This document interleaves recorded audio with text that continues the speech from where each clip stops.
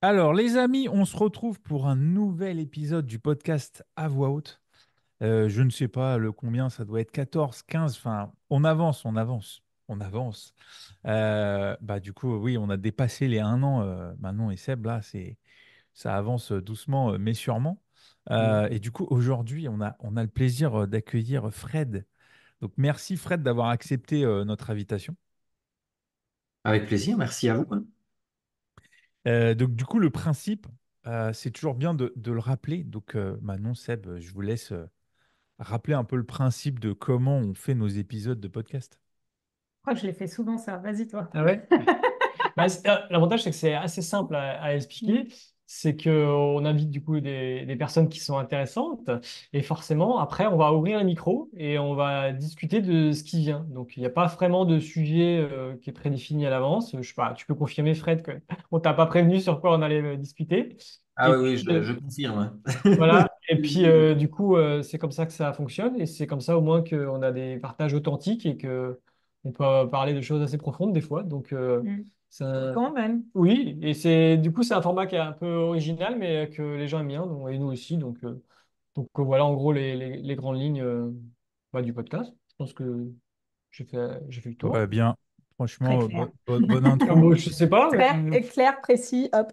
C'est ça. Du coup, ce qu'on fait aussi, c'est que, alors pour ceux qui nous regardent ou qui nous écoutent, évidemment, vous avez la possibilité de retrouver les anciens épisodes sur les plateformes, sur YouTube. Et évidemment, n'hésitez pas à partager, à liker parce que ça fait connaître aussi le podcast. Et nous, ça nous permet aussi de continuer, d'avoir envie de le faire.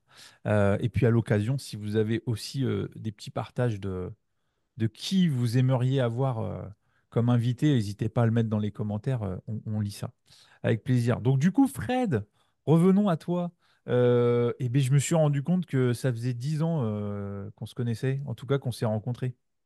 Ok, ouais, dis Voilà. donc. Donc Ça commence à dater. le temps passe et Mhm. tu vois, on est encore en contact. Donc c'est quand même... Oui, toi, tu as toujours des cheveux, ouais. Est-ce que tu en avais il y a 10 ans? Peut-être un peu, je sais Pas pas. sûr, c'est pas sûr. Bah, moi, j'ai pas Ça fait souvenir, rien dire mais moi. donc ouais, non, il y a 10 ans, c'était lors d'une conférence, pour le coup. C'était un peu je sais pas combienième vie, deuxième, troisième, je sais pas, mais en tout cas, conférencier, t'as fait des choses avant, tu vois, c'est ce que je disais à Manon et Seb, t'as eu un parcours avant d'être conférencier qui est quand même assez particulier, pour le coup. Enfin, particulier, qui est assez, qui est pas commun.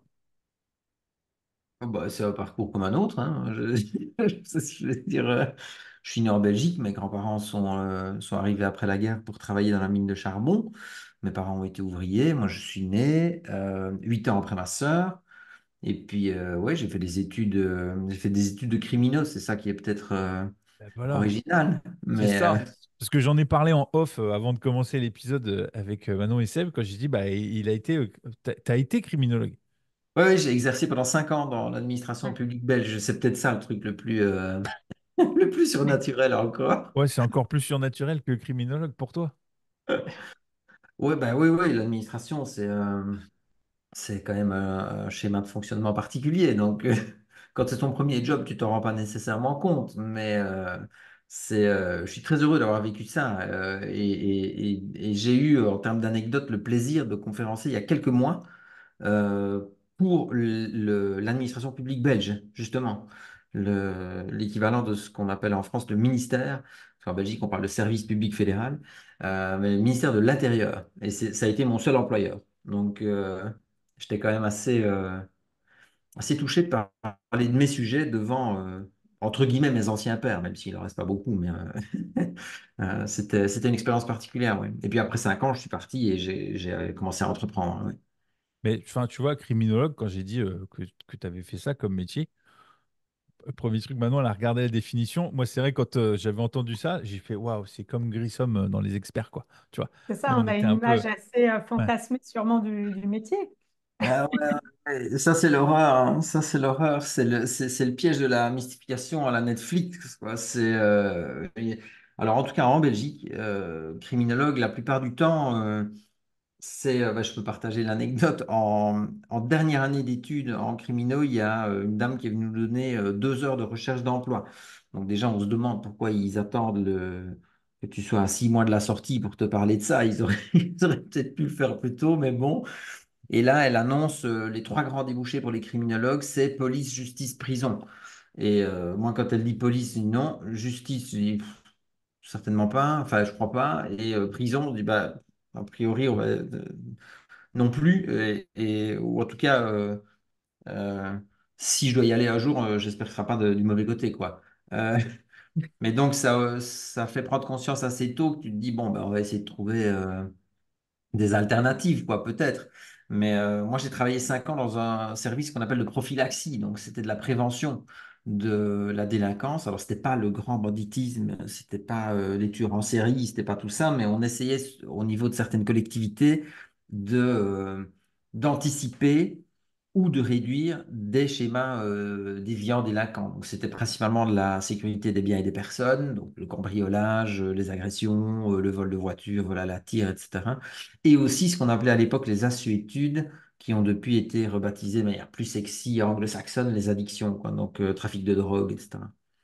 Mais j'étais pas sur des scènes de crime, j'avais pas d'arme sur moi. Ce qu'on me demandait parfois, on me dit, mais alors t'avais une arme, non, non, moi, j'avais pas tout Ouais, ça. du Je coup, travaillais c'est pas vrai avec que les c'est services de moins, police. du coup, c'est moins sexy, du coup. Comment tu le racontes là? T'aurais dû nous faire rêver un peu. Non, mais bah après, voilà. Je peux faire rêver autrement, mais, mais pas comme ça. Écoute, euh, mais du coup, ouais, moi, la question, c'est comment tu sautes là, c'est le grand Mhm. écart entre ça et l'entrepreneuriat. Mhm. Tu vois, tu te dis, tu es dans des études, tu pars parce que, bah, je veux dire, quand tu pars dans cette branche-là, c'est pas un truc, tu tombes pas par hasard en disant, tiens, je vais faire ça. Tu te dis, ça me plaît. Enfin, quand Ah tu oui, pars dans des études de criminologie, c'est alors qu'à moi, un moment donné, t'as le goût, ouais, pour ça. oui, et je me sens toujours très criminologue hein, au quotidien, parce que j'utilise les mêmes, ce qu'on appelle les modes opératoires. Donc, j'ai gardé les mêmes réflexes, la même grille de lecture, la même paire de lunettes pour regarder le réel. C'est juste que ma scène de crime, si on doit parler de ça comme ça, c'est devenu l'entreprise, c'est les organisations, c'est les groupes humains.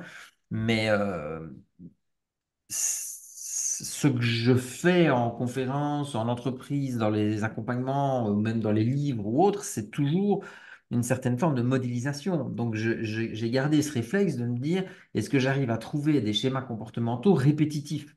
Donc, est-ce que je parviens à identifier dans des groupes un groupe de salariés, un groupe d'entrepreneurs, un club d'affaires ou autre, des gens qui fonctionnent avec des schémas qui, indépendamment de leurs particularités individuelles, se retrouvent. Est-ce qu'il y a des rythmiques, si on veut parler un peu en termes musicaux, quoi? Et ça, je le fais encore. On est en 2024 au moment où on enregistre ce podcast-là. Je le fais encore alors que j'ai quitté cette profession-là il y a bientôt 20 ans, quoi. Mhm. Il est en train de nous analyser, en fait, là. Alors, un Finalement. criminologue, c'est pas capable de dire qui vous êtes, parce que ça, c'est souvent aussi dans les mythes, hein. On dit, ah, mais alors tu m'analyses, tu peux ça. Alors, moi, je suis pas capable de savoir qui sont les gens. Donc, la personnalité, je la connais pas. Par contre, le mode opératoire, la façon dont les gens fonctionnent, ça m'arrive de pouvoir, oui, mettre le doigt dessus et dire, ben, alors, peut-être que dans ta façon de fonctionner, de réagir, de te comporter, de te positionner par rapport aux autres, euh, il est probable, en fonction de ce qu'on discute, des questions auxquelles tu réponds, la manière dont tu me réponds, ben, que peut-être tu sois plutôt de fait de tel bois ou de tel autre, quoi. Ouais, Mais toi, du ça, coup, tu es, plutôt orienté sur l'étude à l'échelle du groupe, de ce que j'entends, par rapport à un profiler, par exemple. non, alors c'est toujours l'individu euh, en rapport avec lui-même, les autres et l'environnement ou le monde, on pourrait dire ça comme ça. Donc c'est comment je me perçois.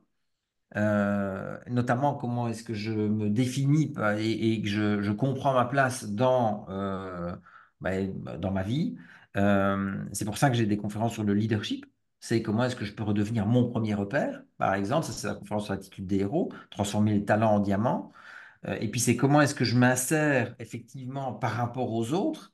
Et j'ai notamment un sujet dans la conférence sur l'innovation, qui est innover à tous les coups ou presque, où là, j'ai un cadran comportemental avec 4 références types qu'il faut rassembler autour d'une même table si on veut que la machine à idées commence à fonctionner, qu'on trouve des projets qu'on va pouvoir tester, concrétiser.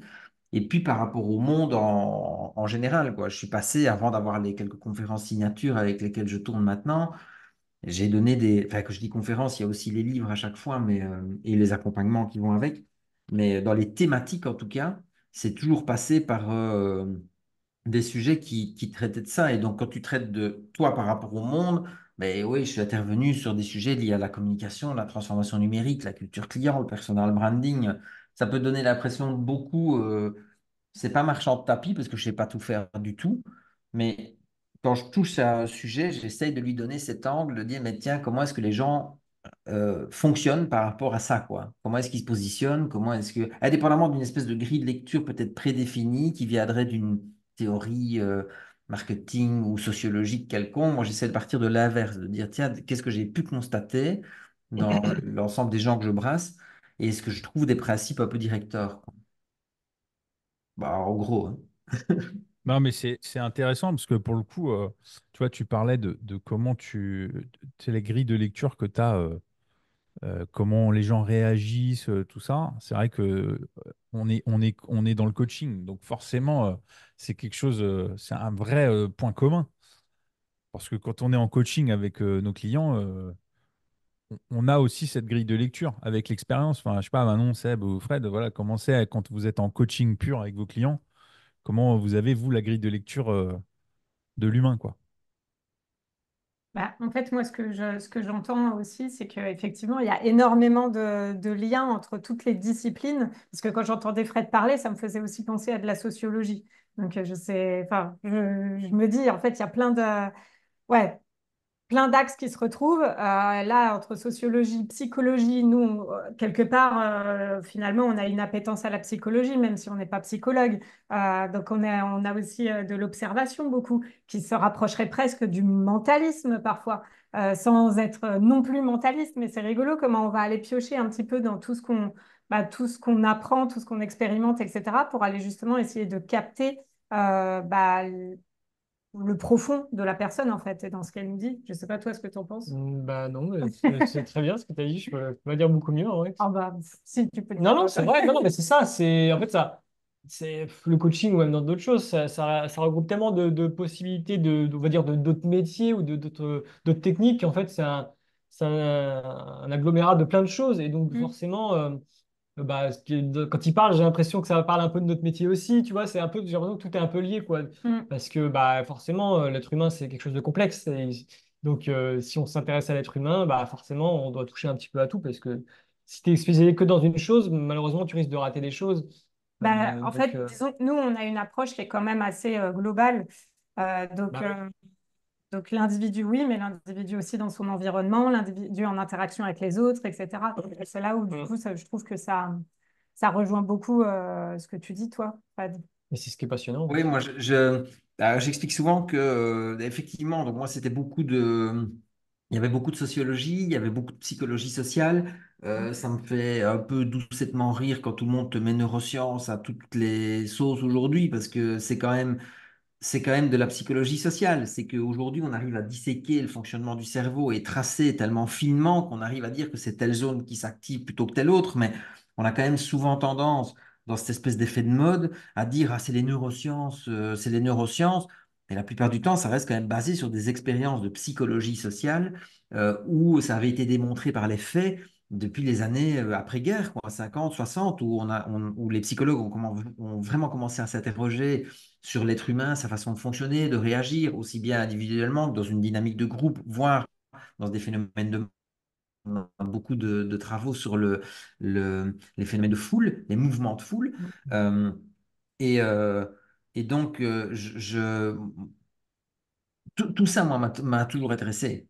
Donc, comme Julien le disait, au niveau de la crimino, moi, ça a été un choix. Il y en a qui font ça un peu dans une évolution de carrière où ils arrivent à un moment en se disant, bah, tiens, je vais ajouter une couche à un diplôme que j'ai déjà et je vais ajouter la crimino ou quoi ou qu'est-ce. Moi, à 18 ans, quand j'ai dû faire mon choix d'études, c'est ce qui m'a botté, quoi. Je me suis dit, mais j'ai envie d'apprendre ça parce que t'as l'impression que c'est des clés universelles, quoi. Il y avait du droit, de la psycho, de la socio, il y avait de l'informatique, des langues, des statistiques. Alors, il y a des cours que j'ai détestés, la statistique, par exemple, mais n'empêche que ça te donne une espèce d'éveil comme ça sur le monde où tu te dis, j'aurai toujours moyen d'exploiter ça un jour ou l'autre, quoi, hein, tu vois. Oui, dans d'autres Et les domaines. cinq. Dans d'autres domaines, Pardon? quoi. Dans d'autres domaines, du coup. Ah C'est, oui, bah, en termes de et, compétences transversales, mais toi, alors, là, c'est un d'après, trousseau de clés où bah, moi je dis souvent je veux que pas analyser ta personnalité, mais est-ce que tu es curieux de nature? ah oui, oui, oui, forcément. Je suis intéressé par beaucoup de choses. Alors là, j'essaie plutôt de canaliser. Donc, Sébastien parlait justement de compétences qui sont verticales. Moi, j'ai l'impression que pour le temps, plus le temps passe, et en fait, plus je verticalise, justement. Donc, je reste généraliste euh, parce que je regarde les choses dans la globalité. Donc, je suis spécialiste d'aucun domaine, mais j'essaye quand même sur mes sujets principaux qui sont le leadership, l'innovation, le rebond, la capacité à marquer les esprits. J'essaye quand même de verticaliser là-dessus en disant, bon, j'ai des cordes à mon arc là, et plutôt que continuer à essayer de panacher là pendant encore 20 ou 30 ans, je vais plutôt essayer de raffiner mon expertise, si on peut appeler ça comme ça, et de voir comment je peux l'appliquer peut-être à différents contextes ou comment je peux détailler ou quoi ou qu'est-ce.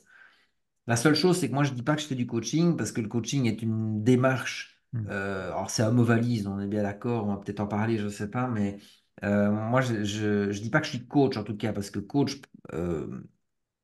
est le résultat d'un processus de certification au départ d'une certaine école et moi, je n'appartiens à aucune école, si ce n'est l'école des criminologues et je tiens à ce que ça reste comme ça. Donc, j'ai pas envie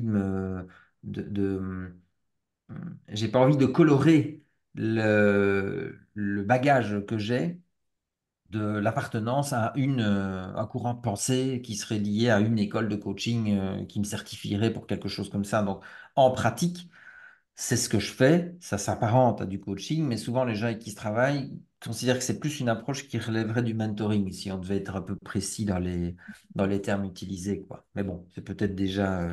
Alors, on peut en parler parce que euh, c'est-à-dire que nous, on est dedans là. Donc, on sait de quoi on parle. La différence entre un coach et un mentor, il y a une question d'expérience terrain, de vécu. Voilà, moi, je suis pas certifié. Manon et Seb, vous l'êtes, coach certifié. Ça enlève rien aux qualités d'accompagnement. C'est pas ça que je suis en train de dire. C'est c'est, euh, c'est juste que, tu vois, tu disais, c'est un peu un terme valise. Mais en fait, le problème, c'est la compréhension des gens que tu vises. Si tu commences à trouver des termes un peu trop complexes, et j'ai déjà eu le cas dans des formations que j'ai suivies, et moi, j'ai pas du tout adhéré au truc, en disant, bah voilà, trouvez quelque chose qui résume bien ce que vous faites. Donc, ils inventent des noms, et tout le monde fait, ah, c'est génial, c'est super. Et je suis comme ça, je fais, mais moi, je suis client, je comprends rien à ce que tu fais. Dis que tu es coach dans quelque chose. Je comprends vachement plus. Donc, c'est vrai que là, si je commence à dire, tu vois, moi, je fais du coaching business, ça. C'est bien précis, parce que du coup, c'est, je t'aide à développer ton business. Alors, il y a une part de mentorat, parce que j'ai un peu fait beaucoup de choses.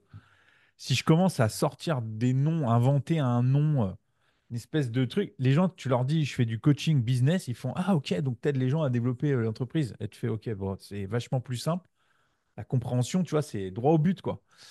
Oui, Et je oui. Ben, je me comprends. suis résolu à faire la même chose. Donc, sur mon profil LinkedIn, il y a marqué conférencier international, Mm. coaching business, euh, parce que c'est ce que les gens vont retenir. Mais dans l'approche, moi, je l'explique assez régulièrement, quoi, que, je ne suis pas coach, donc je ne peux pas revendiquer un titre que je n'ai pas. Et on voit assez régulièrement des gourous du web, bons ou pas bons, c'est encore un autre débat, mais qui se font dézinguer parce qu'à un moment, on me dit, eh ouais, mais attends, attends, si on va débunker le parcours du gars, il n'a pas le diplôme qu'il dit qu'il a, ou il ne peut pas porter le titre qui te dit qu'il a, que ce soit psychologue, que ce soit un docteur en je sais pas quoi. Donc moi, je ne m'affirme rien d'autre que criminologue de formation, quoi. Ça, c'est le diplôme que j'ai eu ici en Belgique avec la plus grande distinction. J'ai fait une année complémentaire de diplôme d'études spécialisées, DES, en criminalité des organisations. C'est ce qui m'a ouvert les portes de l'entreprise, par le mauvais bout, hein, parce que c'était de nouveau les trucs pas drôles. Donc ça, j'ai renversé le schéma. Enfin, j'ai pris l'autre bout. Je me dis plutôt que de regarder ce qui va pas, on va plutôt essayer de regarder ce qui va bien. Euh, mais voilà, hormis ça, moi, je ne me revendique de rien d'autre, quoi.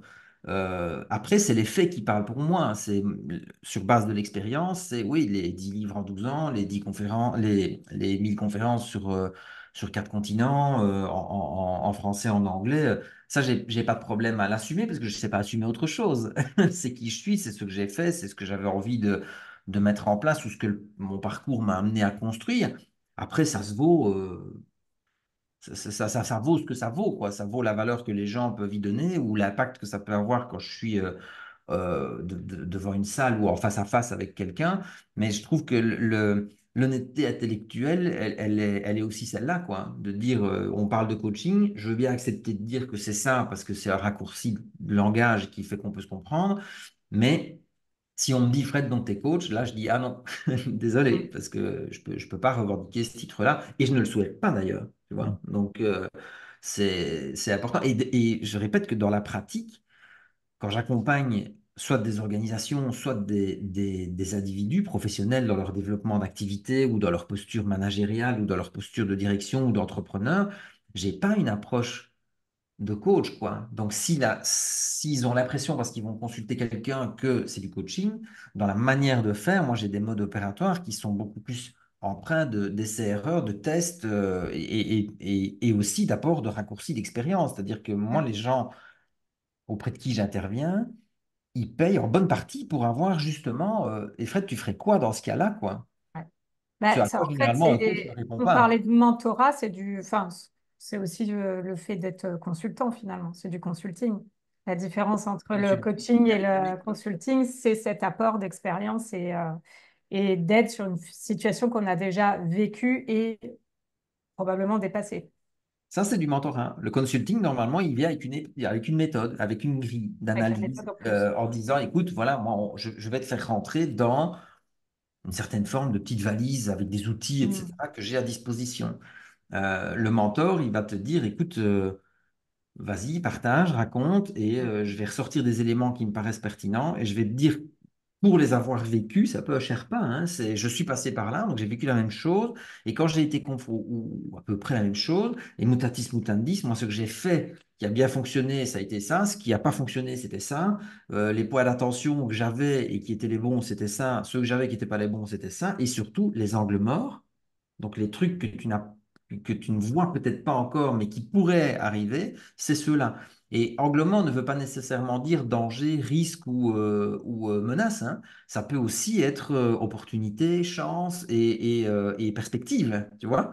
Mais donc, euh, moi, je me positionne plutôt comme ça, ouais, que de passer du temps à essayer de clarifier la personnalité des gens, faire un test disque, les couleurs, les machins, tout ça. C'est, et de nouveau, hein, il n'y a pas de jugement de valeur parce que je vois Julien qui pouf, je t'ai vu, Julien.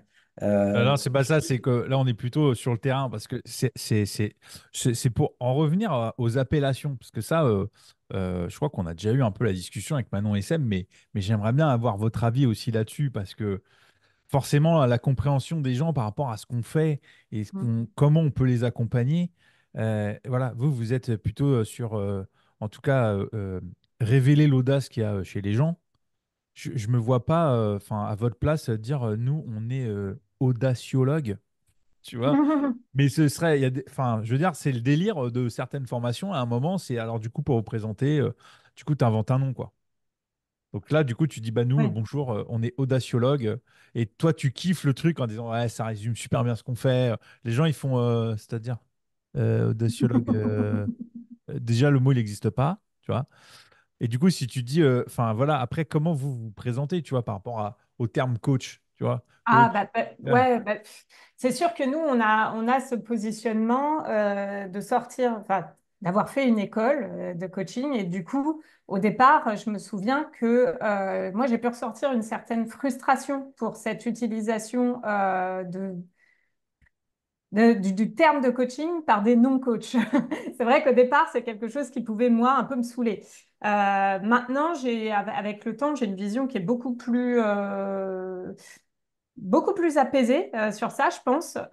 Et ça me fait penser à quelque chose qu'a dit Fred, c'est qu'en fait, de toute façon, ce qui témoigne, c'est pas l'appellation, c'est ce que nous, on y met derrière et c'est ce qui est expérimenté par les autres. Et du coup, c'est ce pourquoi on vient nous voir, nous, etc. Fred, bon, ça peut bien être écrit coach business sur son LinkedIn. Derrière, comme il dit, il a cette honnêteté intellectuelle de dire, bah voilà, moi, ce que je fais pas. Et la personne derrière, elle est responsable de se dire, bah, c'est lui qu'il me faut ou c'est lui qu'il me faut pas. Et du coup, maintenant, comme je place plutôt la responsabilité auprès du client ou du coaché, de choisir en fonction de ce qu'il cherche finalement, bah, peu importe l'appellation. Si ça le rassure d'avoir un coach certifié, il ira voir un coach certifié. S'il s'en fout parce que ce qu'il a besoin, c'est la personne qui l'aide à avancer sur telle thématique précise et qu'il y a une personne qui s'appelle coach qui n'est pas coach certifié, mais qui, dans tout son parcours, a vraiment aidé en prenant une position peut-être plus de mentor, effectivement, que de coach et qui arrive au résultat. Moi, c'est le résultat qui compte en fait. C'est que la personne, elle se sente mieux, c'est qu'elle avance. Donc là-dessus, Ouais. maintenant, ouais, j'ai une vision quand même plus tranquille sur ça. Et ce que je voulais dire aussi, c'est que même nous, en position de coach certifié, parfois on sort de la position de coach. On sait ce que c'est, on sait que en fait le coaching, la grosse différence qu'il y a avec le mentorat, c'est que nous, on va pas aller dire la solution, ma solution que j'ai trouvée, c'est ça. Donc je te la présente et vois si toi ça fonctionne pour toi. C'est qu'on va essayer d'aider la personne à faire émerger ses propres solutions, celles qui lui conviennent à elle. Mais c'est vrai que parfois la personne d'elle-même, mais elle a un peu du mal. Elle a besoin aussi d'inspiration, de clés peut-être qu'elle n'a pas. Donc, moi, ce que je parle, c'est plutôt de casquette. Donc, j'ai parfois ma casquette coach et parfois je m'autorise et je demande à la personne si elle est OK à mettre plutôt une casquette du coup de mentor ou de formateur en fonction des besoins aussi, quoi. Donc, voilà, avec le temps, j'ai apporté une flexibilité dans cette vision un petit peu du coaching traditionnel où on est juste là pour poser des questions, pour aider la personne à faire émerger ses propres solutions. Et du coup, un regard apaisé sur les autres utilisateurs du terme de coaching, dans la mesure où ce ne sont pas des charlatans, parce qu'il y a beaucoup de gens qui se qualifient de coach, qui peut-être sont pas coach au terme, enfin, selon le terme traditionnel, et voilà, mais qui font un excellent travail. Et ça, j'ai aucun doute sur la qualité du travail de coach non certifié que je côtoie, et dont je vois les résultats, quoi. Et il y a d'ailleurs Voilà. des coachs certifiés qui ne sont pas bons non plus. Bah oui, ouais, c'est ça, c'est ça. Donc ça, En c'est plus, bon. t'as raison, t'as raison. Donc bon, Mais tu Donc, vois, on a avec des pincettes, quoi. voilà. pour préciser, donc moi, Manon, je rectifie, hein, comme ça on est très très clair. Moi, je mets coaching business, Mm. mais je mets pas coach business. Hmm. Ouais. Parce que alors, il arrive que certaines disent, Fred est un coach business. Bah, ça leur appartient. Mais moi, Mm. je ne me définis pas comme ça. Tu vois? Mm. Parce que ce serait une usurpation intellectuelle, quoi. Hein, tu vois? Euh, pour moi, c'est important de maintenir ce cap-là, y compris par respect pour les gens qui ont fait le travail de certification, etc. Tu vois? Moi, j'ai fait le choix conscient à un moment de me dire, est-ce que je me rapproche d'un courant de pensée d'une école de coaching? La réponse a été non. Euh, et donc, je ne peux pas avoir le beurre et l'argent du beurre, tu vois. Tu peux pas revendiquer de dire, ah ben si, si, je suis coach, alors qu'en fait, tu n'as pas fait le taf pour le devenir, tu vois. Euh, et en fait, ce que vous disiez me fait penser à une réflexion que j'ai depuis, c'est assez récent, mais et qui concerne, ça concerne plein de choses. Ça concerne le diplôme, ça concerne l'argent, ça concerne plein de choses. J'accompagne assez régulièrement des gens. D'ailleurs, tu vois, moi je dis j'accompagne spontanément, c'est ça qui vient. Je dis pas je coach ou des trucs comme ça. Non, j'accompagne assez régulièrement des gens pour qui la question du diplôme est un problème, quoi. C'est-à-dire que quand ils ne l'ont pas, c'est handicapant à un moment. Et j'ai pas peur d'utiliser ce terme-là parce que vraiment, il y a cette espèce de complexe, de blocage, de barrage qui fait que oui, mais j'ai pas le diplôme. Et un des derniers en date, ça lui fera un petit clin d'œil au passage, il se reconnaîtra. euh, Ça fait 30 ans qu'il est BizDev à l'international. Donc, il travaille dans de l'ophtalmo, c'est un secteur dans l'optique et l'ophtalmologie. Donc, c'est un secteur très pointu. Il n'y a pas 50 000 boîtes qui font ça. Il connaît les 6 ou 7 principales au niveau mondial. Il va de salon en salon, à gauche, à droite. Il connaît tout le monde. Et le gars, quand tu discutes avec lui, à un moment, un de ses blocages, parce qu'il doit relancer sa carrière, il veut se remettre un peu en selle, diriger les choses un peu autrement, euh, et il te dit que quand tu grattes un peu, ben, il n'a pas le diplôme, quoi. Et donc, tu te dis, mais à un moment, l'expérience prend le pas. Enfin, je veux dire, les faits, je suis pas en train de minimiser le diplôme, hein, qu'on se comprenne bien. Il y a des tas de cas où c'est super important d'en avoir un et où c'est formateur et où ça prépare à tout un tas de trucs. Ça a été le cas pour la criminaux. Ça prépare pas à bosser dans ce que je faisais, peut-être, ou en tout cas pas comme ça. Mais ça a été un sésame qui a ouvert des portes, notamment la porte de premier job qui m'a permis de me situer par rapport au milieu professionnel et de dire, mais moi j'ai envie de faire autre chose. Mais je reviens à toutes les personnes qui n'en ont pas de ce diplôme. On a souvent tendance à courir après ce qu'on n'a pas. Et donc, dans les angles morts, dans ces cas-là, c'est qu'on ne voit pas qu'à un moment, si tu as 30 ans, où tu as fait tes preuves dans ton secteur professionnel, où tu as des recommandations, des progressions de carrière, de la validation de tout ce qu'on veut, je ne parle pas des freins barémiques, éventuellement, où on dit que tu ne peux pas être payé à hauteur parce que tu n'as pas le diplôme qui va avec, ce qui reste encore une connerie pour le moment. On ferait bien de payer au résultat, comme tu disais Manon tout à l'heure. Euh, mais tu as des tas de personnes qui restent bloquées sur un truc qui date d'il y a 30 ans ou 40 ans, qui est oui, mais j'ai pas le diplôme. Et donc, boum, syndrome de l'imposteur ou problème de légitimité, de positionnement. J'ai quelqu'un qui m'a dit récemment, moi j'ai le syndrome de l'escroc. Ah, je dis, putain, ça c'est encore autre chose, hein, en termes D'accord. de Ouais. perception, Ouais. hein, Mm. d'elle-même. Hein. Ça, c'était une dame. Elle me dit, moi j'ai le syndrome de l'escroc. Tu dis, mais à un moment, et moi je passe mon temps euh, je veux pas non plus, de nouveau, je veux pas inciter à ça, mais pour des personnes qui ont cette espèce de complexe de dire j'ai pas de diplôme, c'est toujours un luxe hein, d'en parler quand tu es de l'autre côté. Donc moi, je peux en parler à l'aise puisque je l'ai le diplôme. Bon, mais en tout cas le mien. Et c'est pas non plus peut-être un diplôme d'astrophysicien ou de scientifique nucléaire, mais bon, j'ai quand même ce diplôme universitaire. Mais tu as l'impression que les gens qui ne l'ont pas, à un moment de leur vie, beaucoup en tout cas, cherchent à vouloir courir après. Et ce qui est intéressant, c'est de se demander pourquoi. Ça va apporter quoi? Parce que Je peux j'ai te rencontré aussi des par rapport à concours. ça, Fred, je peux te raconter un truc parce que là pour le coup, moi, ça me parle là, ce que tu me racontes parce que moi, j'ai le bac, j'ai un niveau bac plus 2. Quand j'étais projectionniste, pour être payé plus, j'ai passé le CAP. T'imagines, ils ont créé un CAP projectionniste. C'est pas non plus le niveau, c'est vraiment en dessous le bac, quoi. Je l'ai eu. Je suis quand même major de promo, donc je peux le dire parce que du coup, j'ai le CAP major de promo, mais bon, ça reste assez un P.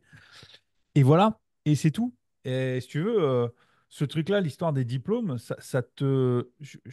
Enfin, il y a plein de choses mélangées. L'histoire du syndrome de l'escroc, évidemment, je l'ai vécu quand j'étais photographe.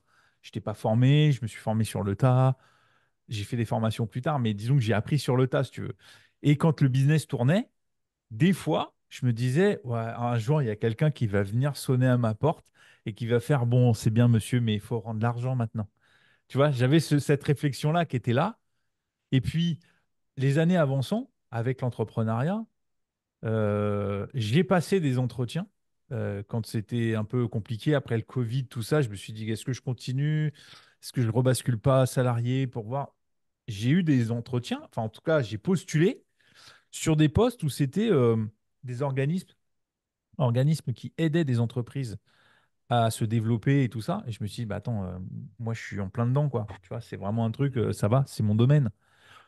On m'a dit, non, mais on doute pas que tu es compétent, mais c'est juste que nous, on cherche un bac plus 3 quoi. Je dis, mais moi, j'ai un bac plus 17 en entrepreneuriat. Si vous voulez, j'ai pas de diplôme physique, mais j'ai 17 ans de terrain, quoi, avec plein de choses testées. Enfin, voilà, j'ai quand même une compréhension du domaine.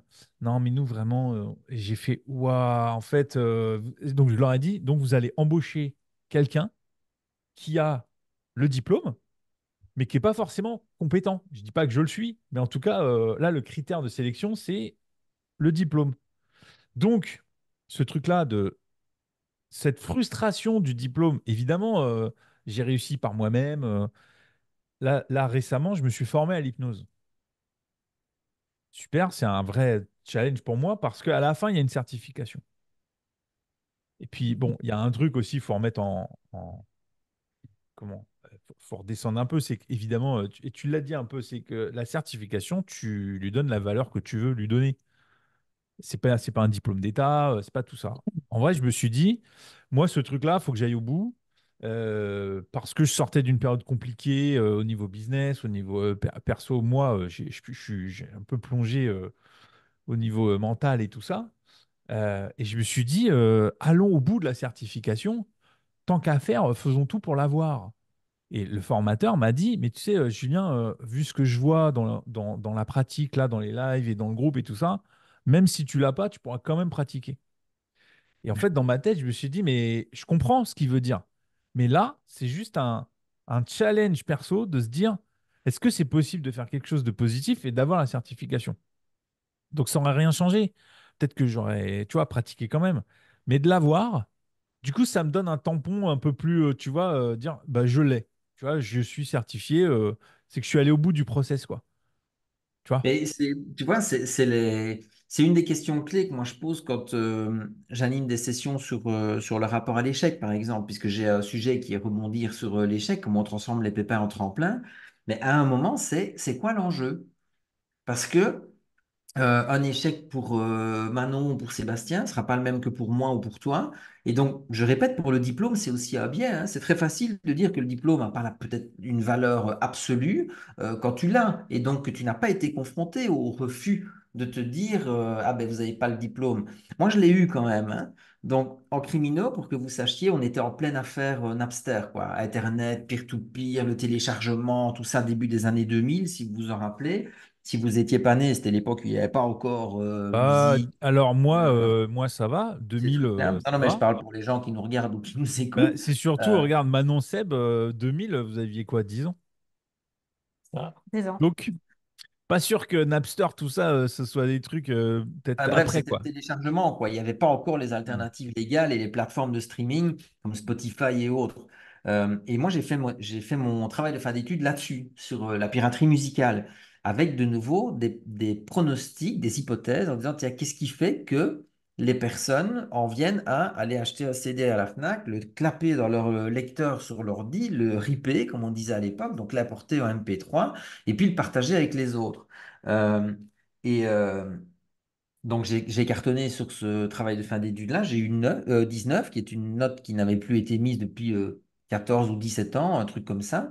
Avec ça en poche, moi, j'ai cru que ça allait m'ouvrir des portes.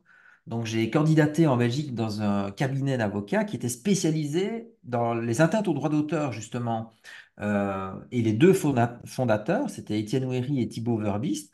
J'ai envoyé ma candidature, ils m'ont dit ah oui, oui, volontiers, etc., vu le travail, patati patata. Mais quand ils n'avaient pas lu mon CV, et quand ils m'ont reçu, j'ai passé l'entretien, ils m'ont dit ouais, parce que je connaissais évidemment tous les textes légaux, dans la criminaux, il y a du droit, donc j'avais le même truc, et à la fin, ils m'ont dit c'est juste dommage que vous ne soyez pas juriste, quoi. Je dis mais, et? Ben ouais, mais on prend que des diplômés en droit. On appelait ça la licence en droit à l'époque. Donc c'est le master, quoi. On prend que des gens qui ont la maîtrise en droit, quoi. Et je dis, et? Je dis, vous avez dit que j'avais tout ce qu'il fallait, là. Je suis criminel, je suis passé à Liège. Liège, la filière est quand même pas mal juridique. Et donc, tu es refusé pour une question d'ADN, quoi. T'as pas la même nature, quoi. Tu vois, t'as pas tu fais pas partie de la même tribu de base. Et donc, parce que tu viens justement avec un exotisme qui pourrait peut-être même nourrir. Mais non, on te dit, t'es pas des nôtres, quoi. Bon, à ce moment-là, tu fais deux trucs. Soit tu te dis, bah, alors je vais faire une licence en droit, je vais me conformer au groupe. Soit tu te dis, bon, bah, je vais faire de ma force de ma différence une force, quoi. Alors, de nouveau, on ne parle pas de cas extrêmes, de gens qui ont des problèmes moteurs, physiques ou quoi ou qu'est-ce, où là, vraiment, il y a un travail pour faire de sa différence une force. Mais il n'empêche que c'est des rejets que tu dois, l'air de rien, intégrer et où tu te dis, qu'est-ce que je fais avec ça, quoi? Euh, Moi, à un moment, j'ai décidé de ne pas me laisser définir par ça. Donc, je me suis dit, bon, on verra bien. Et quel plaisir j'ai eu il y a peut-être une dizaine d'années de ça, où j'avais Étienne Ouéry qui était dans la salle, donc un des deux associés de l'époque, qui était dans la salle sur une conférence que je donnais sur la transformation numérique à l'époque, et l'avènement des réseaux sociaux à usage pro, etc. C'était mon deuxième bouquin en 2011. Et Étienne vient me trouver après. On me dit, alors je pense qu'il ne se souvenait pas, parce qu'il m'a dit, oh Fred, moi je te suis en conférence, qu'est-ce que ça aide, même pour des avocats comme nous, etc., à avoir des clés concrètes, pratiques. Je dis, ouais, et tu te souviens que chez Ulysse, vous m'aviez jarté il y a 10 ans quand j'avais candidaté chez vous? Il m'a dit non, on n'a pas fait ça. Ben si. Il me dit merde, je me rappelle pas et tout. Ouais. Et au final, on s'est tapé dans la main et c'était très chouette. Mais c'était aussi un moment où je me suis dit, entre guillemets, si ça avait pu me traumatiser, c'était un moment de réconciliation en quelque sorte, tu vois, parce que tu te dis, le gars, il vient quand même de te dire qu'il te suit sur les réseaux, il vient à tes conférences, il a lu ton bouquin, parce que ça le nourrit. Je dis, mais moi, quand j'ai fait mon travail de fin d'études, j'ai lu les articles que vous publiiez à l'époque avec Thibaut sur ces sujets-là. Donc, à un moment, c'est, il y a la donne de départ, il y a les circonstances de la vie et il y a ce qu'on fait avec tout ça. C'est quelle est ma donne de départ? Donc, qu'est-ce que j'ai comme ingrédient personnel? C'est ce que moi j'appelle le fameux ADN, quoi, l'atout différenciant naturel. Où est-ce que je peux avoir le maximum d'impact avec le minimum d'obstacles? Et ça, c'est un vrai. Je parlais d'enjeu tout à l'heure, c'est un vrai enjeu, hein. Quand tu discutes avec des gens, les aider à conscientiser ça, trouver ça et le maximiser, enfin, c'est parfois l'enjeu d'une vie. Mais alors après, c'est une fois que j'ai ça, c'est comment est-ce que je le mets au service de ce que j'ai envie de faire, de qui j'ai envie de devenir, quoi. Et donc de mon positionnement par rapport à moi-même, par rapport aux autres et par rapport au monde.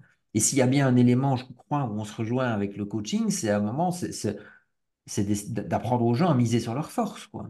Ce qui est encore aujourd'hui, parfois, une espèce de révolution copernicienne, où on demande trois défauts, les gens vont pouvoir les sortir directement, on demande trois qualités, ils vont dire des trucs bateaux, mais qui seront pas suffisamment saillants pour en faire une posture d'entrepreneur ou de gens qui vont pouvoir lancer une activité indépendante ou auto-entrepreneur, peu importe comment on l'appelle, qui fait que ça va tenir la route, voire cartonner à leurs yeux, quoi. Donc il y a du travail. Mais c'est Ouais. chouette de pouvoir faire évoluer les perceptions, quoi, changer les représentations que les gens ont d'eux-mêmes, des autres et du monde. Enfin, il ne faut pas me demander autre chose, hein, mais tant qu'on discute de ça, moi j'ai des cartouches, quoi. Je peux raconter deux, trois trucs. Du coup, Manon sait par rapport à ça, parce que vous avez eu la certification coaching, c'est quand même, je serais curieux de savoir. Alors, on va essayer de se projeter, parce que la première question, c'est pourquoi vous avez poussé le truc à y aller vraiment jusqu'au bout? Et, question subsidiaire, si vous ne l'aviez pas eu, qu'est-ce que ça aurait changé sur votre parcours? C'est intéressant, ça. Alors, première réponse. La première chose, c'est que Et si on s'est Seb, tu vas pas lancé, échapper aux questions, hein. Ah, si on s'est Je t'ai à l'œil, lancé hein, mon dans petit bonhomme, hein. l'assertif au départ, c'est bien parce que nous, c'est une démarche de reconversion. Donc, on n'a pas eu avant ça une expérience dans l'accompagnement, vraiment très peu, ou via des compétences transversales qu'on récupère maintenant de nos anciens métiers, etc. Mais du coup, étant donné que c'était une reconversion, il y avait un vrai besoin de formation d'apprendre. que vraiment moi j'ai ressenti et c'était complètement logique parce que j'étais pas dans l'accompagnement. J'ai dû me former à l'accompagnement. Donc c'est ça moi qui a fait que vraiment j'ai eu le souhait d'aller dans une école pour apprendre tout simplement parce que sinon je me considérais pas euh, je me considérais pas accompagnante, ni coach, ni quoi que ce soit, parce que je n'étais pas formée, tout simplement. Je n'avais pas pratiqué, je n'avais pas appris. J'étais dans l'administration avant, Fred. Donc, euh, donc voilà. Est-ce que c'était C'était une pas question de mon- légitimité ou est-ce que c'était une question d'équipement ou d'outillage, de méthode? Pour le coup, c'était vraiment une question d'équipement. Ok, Vraiment une ouais, question c'est ça. d'équipement pour moi au départ. C'est pour Mhm. ça que je dis que c'est un peu différent. Par contre, la deuxième question, moi, comment je la ressens, c'est que si je n'avais pas eu la certification au bout, là, il y aurait eu la question de la légitimité qui serait venue. Hmm. Et je pense, me connaissant, que j'aurais ressenti le besoin de la repasser jusqu'à ce que je l'obtienne. Tu parles de l'école ou de la De la certification? certification. Ah, la RNCP. certification, oui, bah, RNCP, ou enfin, si en tout cas, que ce soit l'école ou que ce soit l'EMCC m'avait dit on ne vous considère pas comme coach, ça passe pas, quoi. Vous n'avez pas l'examen. Et ben moi, je sais que là, j'aurais eu un souci de légitimité, c'est sûr. Et j'aurais eu besoin de retenter et d'y arriver. Bon, on l'a eu du premier coup, tant mieux. Mais voilà, ça, c'est mon parcours à moi. Après, toi, voilà. Bah, je te rejoins un petit peu dans la totalité, hein. En vrai, je pense que j'avais déjà des appétences pour l'accompagnement de par mon passé, etc. Mais je vais pas la base, on va dire, j'avais des connaissances, mais j'étais pas vraiment 100% dans le truc. Donc, je pense que moi, c'est par rapport aussi à acquérir des techniques, des compétences, des exercices, vraiment avoir un bagage concret de ce que c'était, quoi. Je sentais pas clairement d'accompagner quelqu'un, sachant que je ne connaissais pas le sujet, j'avais pas approfondi vraiment le sujet. J'aimais bien ça, mais voilà, je pouvais pas accompagner les gens, je pense, de par ça. Donc oui, pour apprendre des choses clairement et savoir comment ça se passe concrètement, voilà, avoir l'ensemble, avoir une vision globale de la chose pour pouvoir juger si je suis apte ou pas. Et après, la certification, ça s'est fait dans la foulée. Donc, si je l'avais pas eu, en fait, si j'avais eu si j'avais appris des choses, mais que j'avais pas eu la certification, je pense que ça aurait été. C'est pas le fait d'avoir la certif en soi qui change grand-chose. C'était j'ai vraiment avoir le bagage de ce que j'ai appris. Après, avoir être certifié ou pas, je pense que c'est plus pour assurer les autres que moi. Mais ceux qui en ont besoin, en fait, en Et tout tu cas. vois, c'est là où on est différent là-dessus, Parce qu'en soi, complètement. moi, une fois que j'ai les compétences, je sais que je peux accompagner les gens. Après, s'ils Mm. ils veulent absolument quelqu'un qui est certifié, bah écoute, tant mieux pour eux. Et dans les Ils faits, trouveront quelqu'un qui est certifié, tu vois ce que je veux dire? dans les faits, c'est pas vraiment le cas, hein. Je crois que les Non, gens non, c'est certifiés pour plus dans le niveau certifier. des entreprises où là, ils Ouais. veulent que ce soit carré et du coup, ils veulent forcément le truc. Et donc, du coup, je suis bien content de l'avoir parce que du coup, je peux travailler avec qui je veux et j'ai aucun frein potentiel de par les autres qui me diraient, bah non, mais vous n'êtes pas certifié. Bon, bah au moins, le problème est réglé.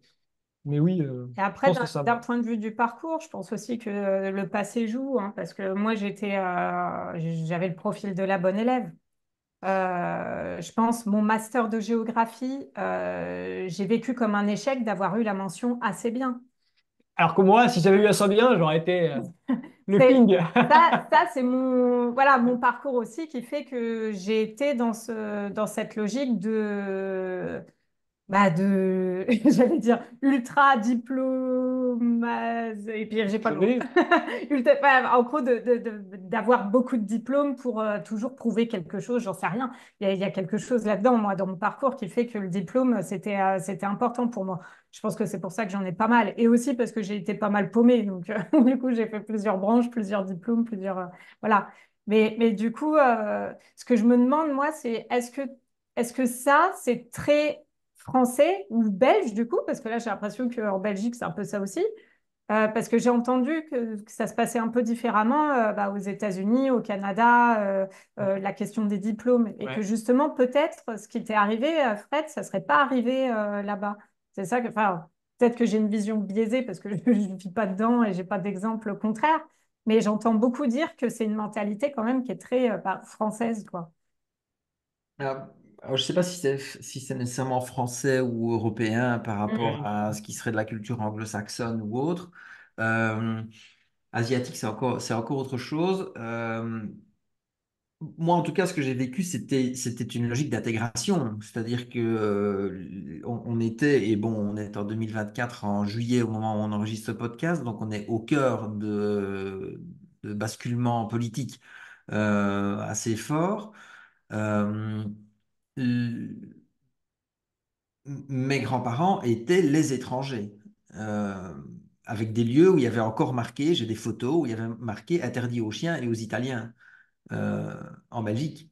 Donc, ils ont vécu ça. Moi, je me souviens vaguement quand j'avais 8, 10, 12 ans, mais on était au bout des salles macaroni, etc. En plus, moi, j'avais des lunettes depuis que sale macaroni, quoi. Donc, la volonté du diplôme, c'était même pas une nécessité de survie, c'était même pas une nécessité d'assurer une bonne place professionnelle. C'est souvent ce qu'on dit en Belgique, il y a une bonne place. C'était le fait d'être complètement intégré. Et donc, ça, c'était le côté un peu grand-parent. C'est, il faut travailler, il faut avoir un diplôme pour être bien intégré. Et de la part des parents, c'était quand même la volonté de ne pas devoir travailler de ses mains, de souffrir physiquement. C'est que si tu as un bon diplôme, ben, tu auras un job qui te permettra quand même d'être dans les bureaux ou quoi ou qu'est-ce. Raison pour laquelle moi j'ai pété tous les Ouais. scores Mais quand c'est j'ai l'ascenseur social, quoi. ouais, je sais même pas si c'était vu comme ça. Enfin, l'intégration, si tu veux, c'est que ça, c'est encore une culture qui est encore bien ancrée, hein. En France, c'est quand même bien, bien ça, quoi. C'est-à-dire que on te définit, il y a certains domaines où non, parce que justement, peut-être l'expérience a fait que les gens qui te recrutent n'ont pas les diplômes et que finalement, ils ont une ouverture d'esprit qui est un peu différente. Souvent, c'est un peu ça. Mais souvent, on te définit par ton CV, quoi.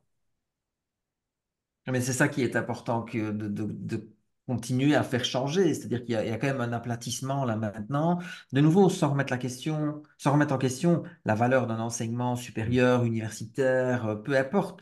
La qualité, toute forme d'enseignement doit continuer à être valorisée. Parce que ça veut dire que c'est quelqu'un qui a entrepris un parcours pour acquérir des connaissances, acquérir aussi des aptitudes. Moi, j'ai été très surpris à l'université en dernière année. Il était chercheur, maintenant il est professeur titulaire en criminologie, il s'appelle Michael Danti. Moi je lui avais dit, l'UNIF, ça donne quand même toute une série de connaissances. Et il m'a dit, non, l'UNIF, ça donne des compétences. C'est là que vous vous trompez, jeune homme. Il dit, l'UNIF, ça vous apprend une manière de penser, de fonctionner, de réfléchir, de vous approprier une matière, etc. Et 20 ans, 25 ans plus tard, je peux dire, mais ouais, il avait raison, quoi. Hein. Parce que la matière, tu l'as oubliée au final. Moi, je me souviens plus, en tout cas, les cours que j'aimais pas, c'est sûr que je m'en souviens vraiment plus. Mais après, les réflexes que ça te donne, euh, je prends souvent l'exemple quand j'écris, parce que les gens m'ont dit 10 livres en 12 ans, comment t'as fait, etc. J'utilise encore des vestiges de ce que j'ai utilisé pour mon travail de fin d'études. Hein. Parce que ça te donne, tu as 4 ou 5 ans là d'apprentissage, mais qui sont aussi de l'apprentissage sur toi.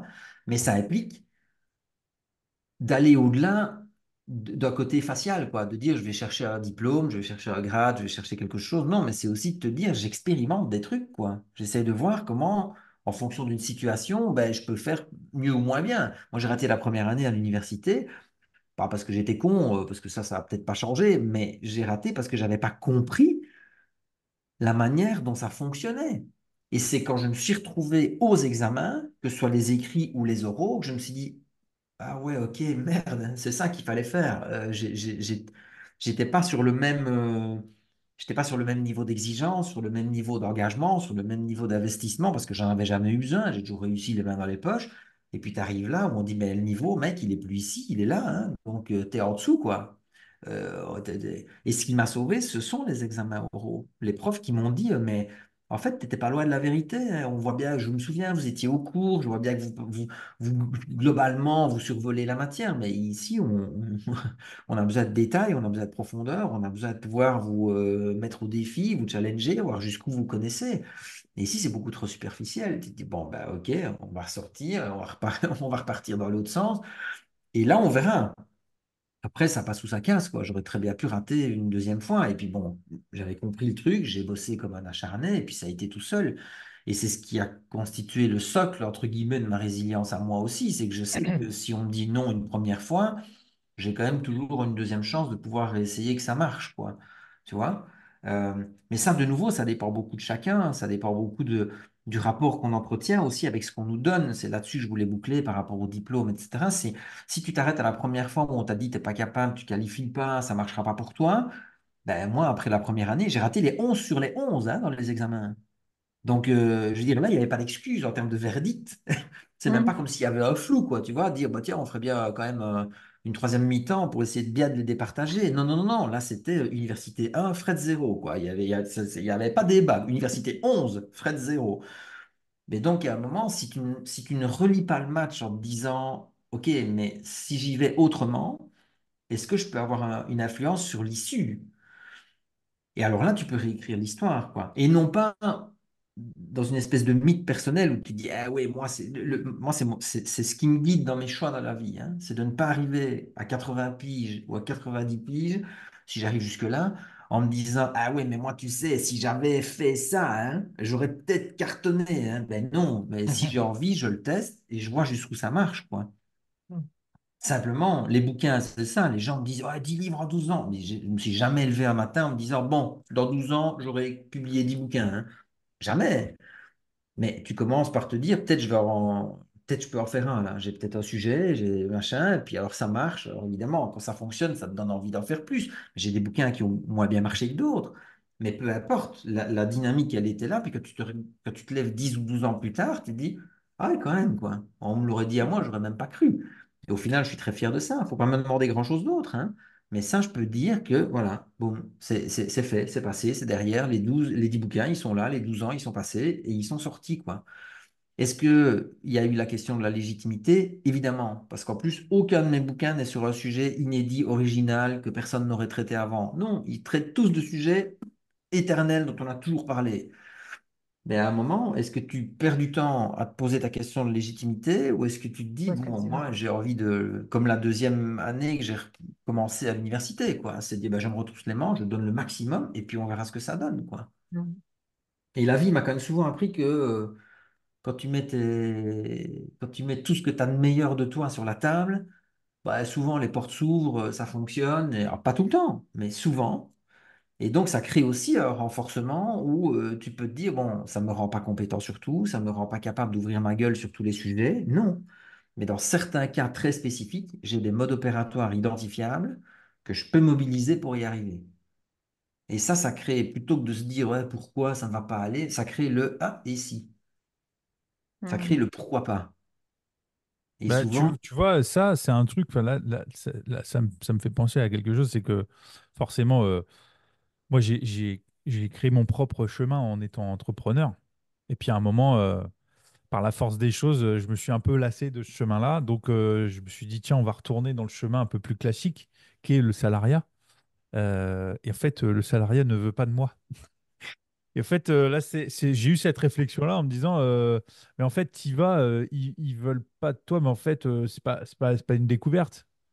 Tu vois, je rentrais déjà pas dans les cases quand j'étais au collège, au lycée. Enfin, moi, la conseillère d'orientation, je pense qu'elle est partie en dépression avec moi quand elle disait, vous voulez faire quoi après le bac? Je dis, ben moi, je vais faire une école de cinéma. J'ai encore l'image. Elle tourne les pages. Euh, il n'y a alors, pas. histoire de l'art? Je fais, non, non, école de cinéma. C'est-à-dire, en fait, ça n'existe pas. Et donc, c'est sûr que, genre, 18 ans après, ou même un peu plus, on te dit non, non, parce que vous n'avez pas le diplôme, parce que tout ça. Et tu dis, en fait, ton truc de base, c'était de créer ton propre chemin, mais tu avais oublié que c'était ça. Et tu vois, le rappel de dire non, non, on vous prend pas. En fait, je dis, ben non, en fait, t'es con, tu le sais que de toute façon, ton chemin, c'est pas celui du salariat, c'est celui de te créer ton propre système. Donc, voilà, c'est bien d'avoir ces petits rappels-là de temps en temps. Euh, mais tu vois, par rapport à l'échec, entre guillemets, tu vois, moi j'ai raté mon bac. On en rigole souvent, c'est que j'ai raté mon bac la première fois. Parce que je me suis dit que le passer une deuxième fois, c'était vachement mieux, en fait. Non, j'en rigole, mais mes parents l'ont très, très mal vécu. Bah, ma mère étant instite, pour elle, c'était oh, mon Dieu, mon fils, il n'a pas son bac. Enfin, bon, bref, c'était la catastrophe.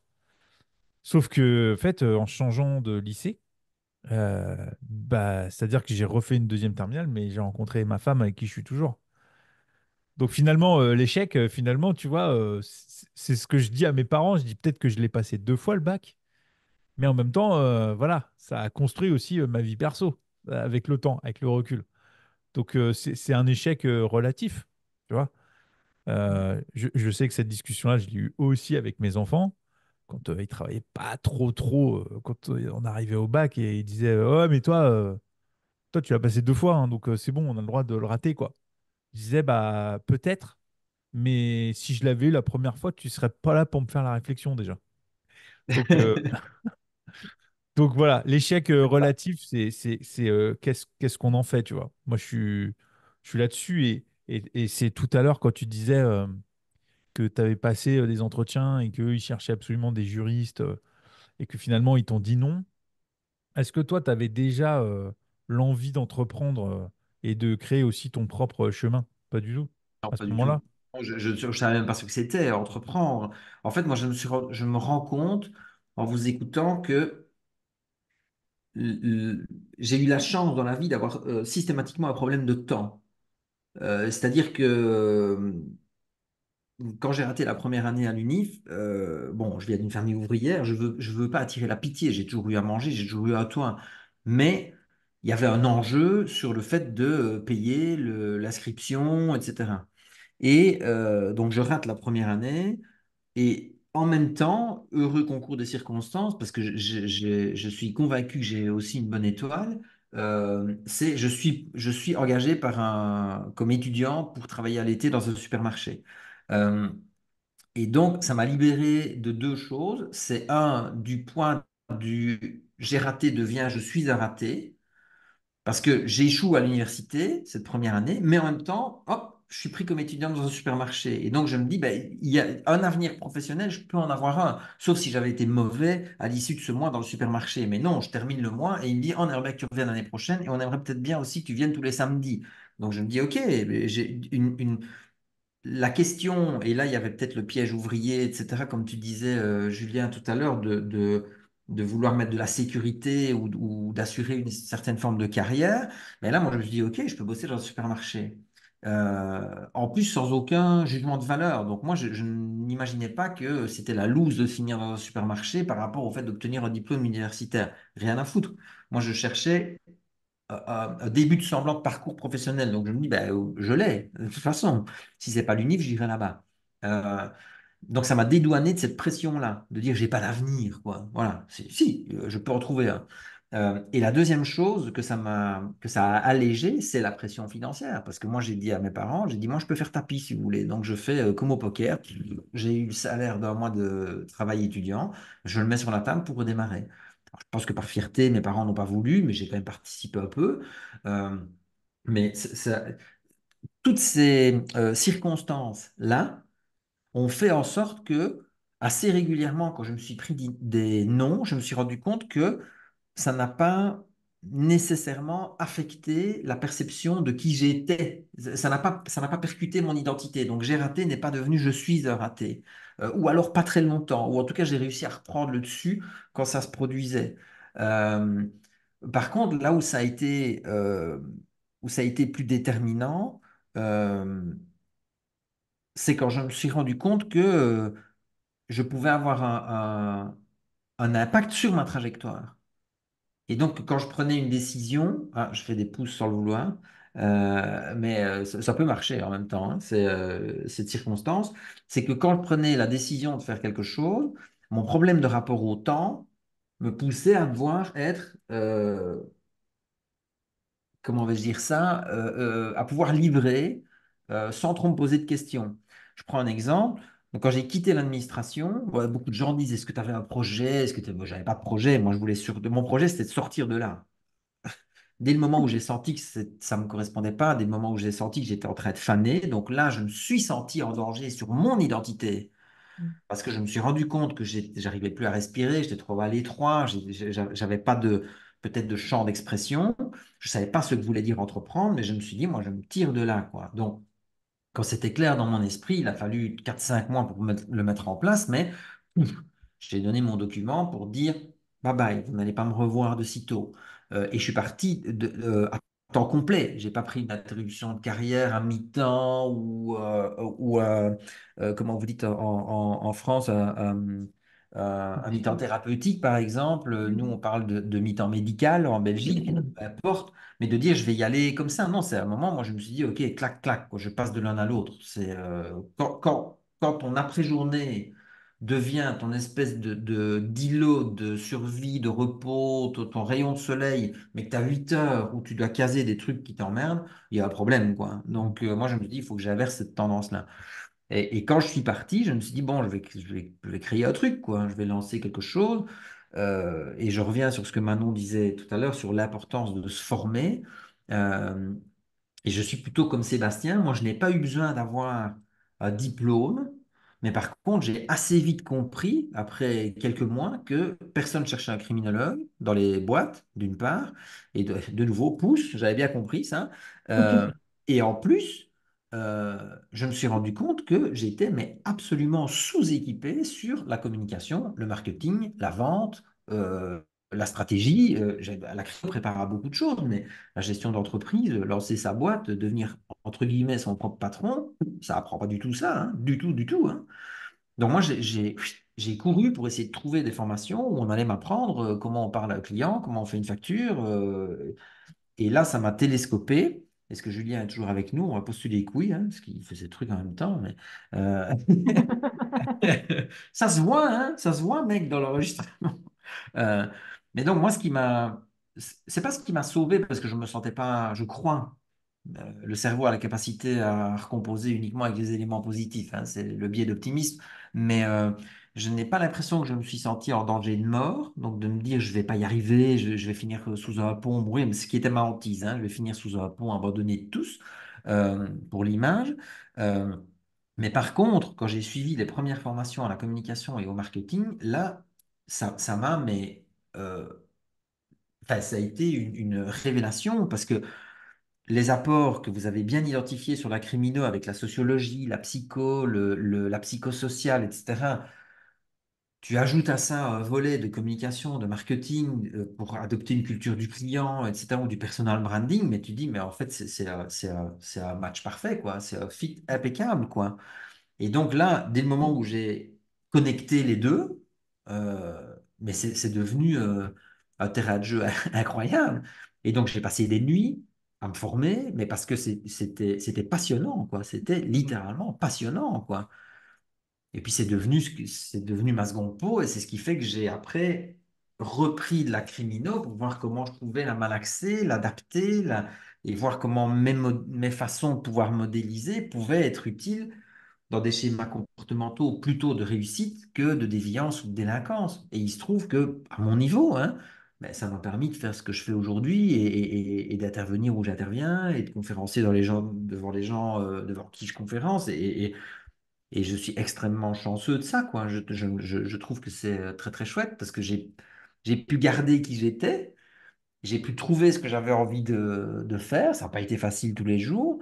Mais là, maintenant, je peux profiter de me dire, c'est quand même une chance folle, d'une part, d'être payé pour parler de ce qui t'anime, d'autre part, d'être souvent applaudi à la fin et de pouvoir continuer à faire ça dans des terrains de jeu, d'expérimentation qui sont différents, comme l'Asie, comme peut-être l'Afrique du Sud, où je vais aller pour la première fois l'année prochaine, le Costa Rica, où je vais faire cette année, et où tu peux te dire, ben, je reste avec ce que j'ai maintenant, parce qu'il n'y a pas ce que j'ai fait pendant 20 ans, hein. J'ai essayé de faire plein de trucs différents. Maintenant, j'ai un peu plus rationalisé, de me dire, je vais rester sur les deux ou trois pieds du tabouret là, qui sont vraiment très solides et qui fonctionnent bien, et je vais essayer d'amener mon petit tabouret à gauche, à droite, un peu partout dans le monde. Euh, c'est quand même vachement chanceux, quoi. Mais tu vois, ça me fait penser à. On avait eu cette discussion avec Manon et Seb sur des fois la frustration qu'on peut avoir de ne pas être forcément payé à sa juste valeur. Je ne sais pas si vous vous rappelez cette discussion qu'on avait eue qui peut des fois engendrer une espèce de frein à l'énergie qu'on peut avoir à justement poursuivre notre chemin. Est-ce que là, ce que vient de nous partager Fred, est-ce que ça, vous êtes OK avec ce rappel-là, de cette discussion-là sur la valeur que nous, on estime avoir et que des fois, on n'est pas forcément. Ouais, ça paye pas forcément à la hauteur de notre valeur, quoi. Bah, moi, j'ai un côté qui est très, pff, je, je tombe parfois, justement, je parlais déjà tout à l'heure de responsabilisation. Bah, cette fois, c'est vis-à-vis de moi-même, d'hyper-responsabilisation. Et donc, moi, quand j'ai pas les résultats que je veux, je considère que c'est parce que, quelque part, il y a quelque chose que j'ai pas encore fait comme il faut. Donc, c'est ça qui peut être parfois un peu lourd à porter. Mais par contre, ce qui est le pendant de ça, c'est la chance que je considère avoir sur le chemin. Mais tu parles de chance, Fred, une chance que tu t'es créée, une chance qu'on se crée. Parce que c'est suite à des décisions qu'on a prises. Là, tu parles du fait, quand tu as dit, bah, allez, hop, je dépose, ça devait être une démission, je pense que ce que tu disais. Enfin, je dépose le papier, je dis là, j'arrête et je reviens pas. C'est un choix qui était assez radical. Moi, j'ai à peu près le même de choix. Donc, bon, c'était une fin de contrat que j'avais, mais que enfin, on m'a dit, tu es renouvelé. J'ai dit non, je pars. Et donc, j'ai pas cherché non plus à faire un entre-deux, quoi. Donc, quelque part, c'est parce qu'il y avait cette envie de vivre qui était forte et cette envie d'aller creuser dans des sujets qui m'intéressent et qui me passionnent. Tu parlais de passion aussi. Donc, cette question de la valeur, bah, je pense que c'est peut-être plus Sébastien qui pourra apporter parce que c'est quelque chose enfin, c'était plutôt toi qui en avais parlé. Euh, Moi, je considère toujours que voilà, le prix sera juste en fonction de ce que je mets derrière. Et que si actuellement le prix n'y est pas, quelque part, c'est de ma responsabilité. Après, peut-être Ah que bah, c'est de un toute peu façon, radical. on a Un toujours peu une part de lourd, mais voilà. responsabilité dans ça c'est sûr. Moi, c'était plus par rapport que moi, j'ai conscience de la valeur que j'ai et de ce que je peux apporter aux gens. Et c'est après, c'est la démarche où tu entres en contact avec les gens. C'est-à-dire que tu peux être le champion du monde de ce que tu veux, de coiffeur, de foot, de ce que tu veux. Si tu es enfermé dans une cave, bah, probablement que personne, tu vois, personne pourra se rendre compte que du coup, tu peux apporter aux gens une coupe de cheveux ou autre. Et c'est surtout ça que je trouve qui est difficile, c'est d'avoir le pas où les gens connectent avec toi ou au moins discutent avec toi. Et à partir du moment où ça s'est fait, je trouve que c'est là où c'est plus facile. Et Mm. la partie difficile, c'est pas vraiment des PS à juste valeur, c'est que les gens se rendent compte de ta valeur. Mais pour ça, il faut qu'il y ait une interaction. Et l'interaction, elle vient aussi de nous, du coup. Je sais pas si c'est clair ce que j'ai dit, mais je me suis compris, moi, c'est déjà l'essentiel. Mais tu sais, de nouveau, moi je dirais deux choses par rapport à ça. C'est bon, d'une part, c'est en lien avec les moteurs. Parce que l'argent, c'est comme le diplôme, quoi. C'est facile de dire que ça fait pas le bonheur quand on a, quoi. Mais quand on manque cruellement, la société dans laquelle on est commande quand même, a priori, comme fonctionnement pour la plupart d'entre nous, le fait d'en avoir un minimum suffisant pour, euh, pour être acéré, fonctionner, etc. Je ne parle pas des cas où des gens font consciemment des choix de se dire, mais moi je sors de ce modèle et je hack le système, etc., etc. Mais bon, pour la plupart d'entre nous, en tout cas moi je fais partie de probablement l'immense majorité des gens qui n'ont pas beaucoup d'éducation financière et qui donc imaginent que, ben oui, il faut travailler pour gagner sa croûte, quoi. Bon, voilà, c'est comme ça. Euh, je dis pas que c'est bien, mais c'est comme ça. C'est le modèle standard, on va dire. Euh, Après, est-ce que c'est un moteur? C'est-à-dire, est-ce que l'argent est un moteur? Est-ce que je le fais pour de l'argent? Moi, j'ai toujours été incapable de m'engager sur des projets où il y avait peut-être du fric à se faire, mais j'étais même pas capable de le sentir s'il n'y avait pas une passion au sujet. Je vais dire ça comme ça. Donc, les, les- je n'ai jamais préparé une conférence ou écrit un livre en me disant, ou proposé un accompagnement en entreprise en me disant, ça, c'est un sujet qui va faire du fric, hein. Mm. Ou alors ça me parle pas, mais c'est une vache à lait pour le moment. Il y en a plein qui parlent de ça, donc je vais le faire aussi. Moi, c'est pas mon moteur, quoi. À un moment, moi, je viens du terrain, je viens de la pratique. C'est ce que la crimino apprend. C'est t'arrives quelque part, tu essaies de repérer des indices. De ces indices, tu formules des hypothèses. De ces hypothèses, tu finis par tirer des conclusions. Et donc, moi, j'ai expérimenté et j'expérimente toujours énormément. J'essaye de faire des essais-erreurs. Je touche un peu à gauche, un peu à droite pour voir dans ce que moi je peux mettre sur la table, de l'échange, de la rencontre, des prestations aussi. J'essaye de voir jusqu'où je peux aller. Là, pour le moment, j'ai commencé des masterclass. J'en ai enregistré deux là pour LinkedIn Learning, la plateforme d'apprentissage de LinkedIn, sur faire adhérer à ses idées et sur apprendre de ses erreurs. Mais j'ai adoré cette expérience-là. Ça fait au moins 5 ou 6 ans que je me dis, je dois faire du numérique, du digital, comme on dit parfois un peu erronément. Euh, ben, là, je me suis enfin décidé parce que j'avais entre guillemets, le cocon LinkedIn Learning où je me dis, bon, ben là, ça peut pas foirer, quoi. Ou alors, si ça foire, c'est vraiment ma responsabilité qui suis pas bon comme formateur ou comme, comment est-ce que c'est, instructeur, ils appellent ça comme ça, les instructeurs LinkedIn Learning. Euh, et puis, j'ai adoré, quoi. Donc, je suis en train d'en préparer une en me disant, mais ça, j'ai envie de transmettre ce contenu-là par ce mécanisme-là. Mais peut-être que j'aurais fait ces deux expériences-là et que je me serais dit, OK, ça, j'ai fait une fois, mais j'ai pas envie de poursuivre, j'ai pas envie de continuer, tu vois. Donc, par rapport à l'argent, je trouve que c'est le même raisonnement à avoir. C'est est-ce que j'ai envie de faire de l'argent pour de l'argent? Ça, c'est une question. Moi, c'est pas mon moteur, mais ça peut l'être pour certains. Moi, j'ai pas de jugement de valeur par rapport à ça. Mais après, c'est est-ce que je suis bon à ça? Donc, est-ce que je suis bon à pouvoir, si j'ai envie de faire de l'argent pour faire de l'argent, c'est est-ce que j'y parviens, quoi? Et donc, moi, je me suis rendu compte que j'étais bon pour trouver des sujets qui me passionnaient, moi, et que j'arrivais après à pré-mâcher, twister, transformer, adapter, mettre un peu à ma sauce pour après les présenter en accompagnement, en livre, en entreprise et en conférence. Et je me suis dit, bon, ben, ok, ça, c'est un peu mon espèce de schéma, quoi. Voilà. Euh, mais je ne pourrais pas le faire sur un sujet qui ne me passionne pas. Euh, et dans mon rapport Non, au mais temps, c'est fou que tu parles de ça parce que c'est un sujet qu'on aborde régulièrement et qui nous drive. C'est en gros, est-ce qu'on fait les choses par besoin ou par envie? Et surtout, est-ce qu'il y a la notion de plaisir dans ce qu'on fait? Là, on est en plein dedans. C'est-à-dire que tu vois, tu te dis, il y avait peut-être des trucs où il y avait de l'argent à se faire, mais tu sentais pas le truc, donc tu vas pas, quoi. Ah et bah tu attention, je préfères. veux pas chier dans la colle, tu vois. Parce que moi, Non, dans mon mais rapport au temps, j'ai des cycles courts. Donc, à un moment, il faut que ça rapporte aussi. Et donc, j'ai compris que ma capacité, plus le sujet me passionne, me mobilise, plus je sais que je vais pouvoir après hmm. créer des produits que je vais pouvoir vendre. Ça ne veut pas dire qu'ils se sont tous bien vendus ou qu'ils se vendent bien tous, mais j'ai la capacité à pouvoir me dire, ça, je vais pouvoir, j'ai trouvé le fil de la pelote de laine et je vais pouvoir tirer dessus. Et parce qu'il faut pas se leurrer, et je voudrais pas donner l'impression que l'argent n'a pas d'importance. Si, si, à un moment, c'est un véhicule, quoi. Donc, c'est une énergie que tu peux attirer aussi parce que tu fais des choses et à un moment, tu te dis, ben, OK, moi, ça définit un standard. Je fais partie des conférenciers tête d'affiche en France. Ben, ça implique dans les conférenciers tête d'affiche que en dessous de X milliers d'euros, ben, Fred, il vient pas donner une conférence. Alors, j'en donne gratuitement quelques-unes par année dans des écoles avec des étudiants ou pour l'une ou l'autre association.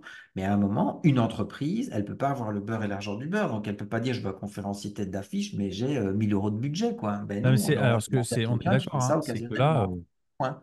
l'argent, l'argent, en fait, on en revient à l'argent n'est pas un moteur, mais une conséquence, parce que là, en fait, tu prends du plaisir à partager tout ce que tu partages. Évidemment, tu as monétisé ton expertise que tu as développée, tu vois. Ouais, et puis c'est un taf Mais de gueux, quoi. hum, Souvent, le commentaire que j'ai après les conférences, c'est les gens disent, ah ouais, mais toi, on voit que c'est naturel. Je dis, ouais, il y en a eu 1043 avant celle que vous allez voir, là. Je crois que je suis à la 1044e ou 1045e. Et je dis, vous m'auriez vu, il y a C'est énorme. 1043 conférences, on n'en était pas là, hein. Je dis donc, à un moment, et c'est ça que je dis, moi j'ai toujours eu un rapport au temps qui m'a confronté au fait de rapidement devoir être suffisamment préparé, efficace et avec de l'impact que pour que ça fonctionne. Quand tu quittes l'administration et que tu passes, pour être très précis, Manon, moi j'ai pas donné ma démission, j'ai pris une interruption de carrière à temps complet. Ce qui pour moi équivalait à la même chose, sauf que j'ai quand même eu un sixième, je crois, de mon salaire pendant 3 ou 6 mois. J'ai eu 300 euros quoi, à tout casser. Mais c'était pas une démission directe, quoique ça a été assimilé parce que quand j'ai voulu suivre des formations, comme je vous l'ai dit, à la communication, au marketing, etc., je n'avais pas de numéro de demandeur d'emploi ici en Belgique. Et donc, quand ils écoutaient mon projet, déjà, j'ai fait la criminaux, mais j'ai envie d'amener dans les organisations une espèce de compréhension plus sociologique de la manière dont les gens fonctionnent, notamment par rapport à la transformation numérique. Les gens me disaient, ah, mais ça a l'air super, c'est quoi ton numéro de demandeur d'emploi? Je dis, bah, ah, ben, j'en ai pas. Et là, on me disait, ah, ben, alors on ne peut pas t'accueillir, quoi. Donc là aussi, il a fallu, mais j'ai pas pris ça comme un échec. À un moment, moi, j'ai eu l'impression que c'est des espèces de façons de devoir trouver une autre astuce pour y arriver quand même. Euh, et là, on réussit jamais tout seul. J'ai une personne un jour qui m'a dit, écoute, t'as pas de numéro de demandeur d'emploi, on ne peut pas venir. Je dis, bah, bis repetita, quoi. Je ne fais qu'entendre ça depuis que je cherche à pouvoir suivre une formation là-dessus. Elle s'appelle Anne Mergelsberg, un nom bien belge. Je la remercie à chaque fois que je peux, ça fait 20 ans, hein. Mais Anne, au moment où je dis, bah, c'est pas grave, hein, on se reverra quand j'aurai fait mon truc et que ça ira quand même. Et elle me dit, sauf si tu viens à la formation, mais qu'on t'inscrit pas sur la liste. Et là, soudainement, elle m'a dit, écoute, si la formation est complète, donc on a 12 personnes, tu pourrais venir comme 13e, mais simplement, on mentionne pas que tu étais là. Cette dame m'a permis de suivre les premières formations qui m'ont mis sur ma rampe de lancement à moi. Quand je dis, j'ai pas la prétention d'être arrivé bien haut, mais d'avoir pu vraiment initier ma dynamique entrepreneuriale personnelle, c'est grâce à elle, quoi. Parce que j'aurais eu 1, 2, 5, 25 non, peut-être qu'à un moment, je me serais dit, oh bon, voilà, ça suffit, hein. Mais voilà, je crois que j'ai pu identifier aussi assez vite les courants porteurs, quoi, les opportunités, les personnes qui me filaient un coup de main, etc., etc. Donc, un des pièges, c'est aussi croire qu'on doit y arriver tout seul et que ça doit être dur, etc. Non, on peut aussi surfer sur des circonstances favorables, quoi. Et là, je cite toujours Philippe Gabillet, qui est toujours un de mes grands mentors. Philippe, quand il parle de la chance, il dit que c'est une compétence qui se travaille, et je suis bien d'accord, quoi. Ça a peu à voir avec le hasard, quoi, où on attend en demandant à l'univers, à la vie, à l'attraction, à tout qui on veut, que ça vienne tout cuit. Bah, on se tire les doigts d'abord et puis on verra ce que ça rapporte, quoi. Et quand je dis ce que ça rapporte, c'est de nouveau comme opportunité, comme rencontre, comme business, comme argent, comme joie, comme apprentissage, comme expérience, comme tout ce qu'on veut, quoi. Mais je crois en tout cas que quand on a goûté à ça, ça devient une addiction. Mm. Il y a beaucoup de choses de toute façon dans ce que tu dis où, enfin, je comprends pourquoi Julien a souhaité bah, qu'on se rencontre et que tu parles dans le cadre d'Avoua Out, parce que il y a beaucoup de choses qui sont de l'ordre de ta philosophie, enfin, qu'on a aussi, nous. Tout à l'heure, tu parlais du fait ah bah si j'avais fait ça, si, voilà, nous, enfin, on aime bien se qualifier de chasseurs de regrets. C'est justement faire en sorte bah, qu'on y aille, tu dis qu'on se sorte les doigts, bon, bah, voilà, pour justement aller planter des graines, aller saisir les opportunités. D'ailleurs, notre entreprise, le petit slogan qu'on avait mis en dessous, c'était catalyseur d'opportunités à l'époque, en 2021. On ne le dit pas souvent, mais n'empêche, c'était ça l'idée première. Et donc, vraiment, ça me fait sourire parce que c'est un des trucs, tu vois, la chance, ça se travaille. Ça, c'est un truc qu'on répète souvent parce que c'est issu enfin, c'est son père qui lui a répété ça. Alors, c'est pas le même, la même référence, mais le père de Sébastien lui a toujours répété, la chance, ça se travaille. Et dans une grande mesure, c'est vrai. Euh, Franchement, oui, il y a peut-être une part de chance, mais sur toutes les différentes sortes de chance, je pense elle est minime, la part de chance qu'on peut appeler, je sais pas, attraction ou quoi. Ce qui n'empêche pas de considérer qu'on peut avoir une bonne étoile, tu en parlais tout à l'heure. Et ça, Ah ouais, là-dessus, ouais, bien moi sûr, ben, aussi, ça n'a rien à voir en fait. parfois, C'est parce ouais. que Tu peux, mais très c'est... souvent, on mélange les choses, quoi, et on a tendance à, comme le coaching, hein, voilà, on a tendance à amalgamer au départ d'une idée. Moi, ma mère, elle m'a toujours dit, ma maman m'a toujours dit, aide-toi, le ciel t'aidera. Alors, c'est le ciel, c'est l'univers, c'est machin, c'est tout ça, mais ça veut juste dire que c'était d'abord aide-toi, quoi. Donc, c'est fait ta part de route. Et puis après, les choses se mettront en place. Si tu as vraiment, et alors si c'est pas juste, si c'est pas aligné, si c'est pas machin, ça se met pas en place.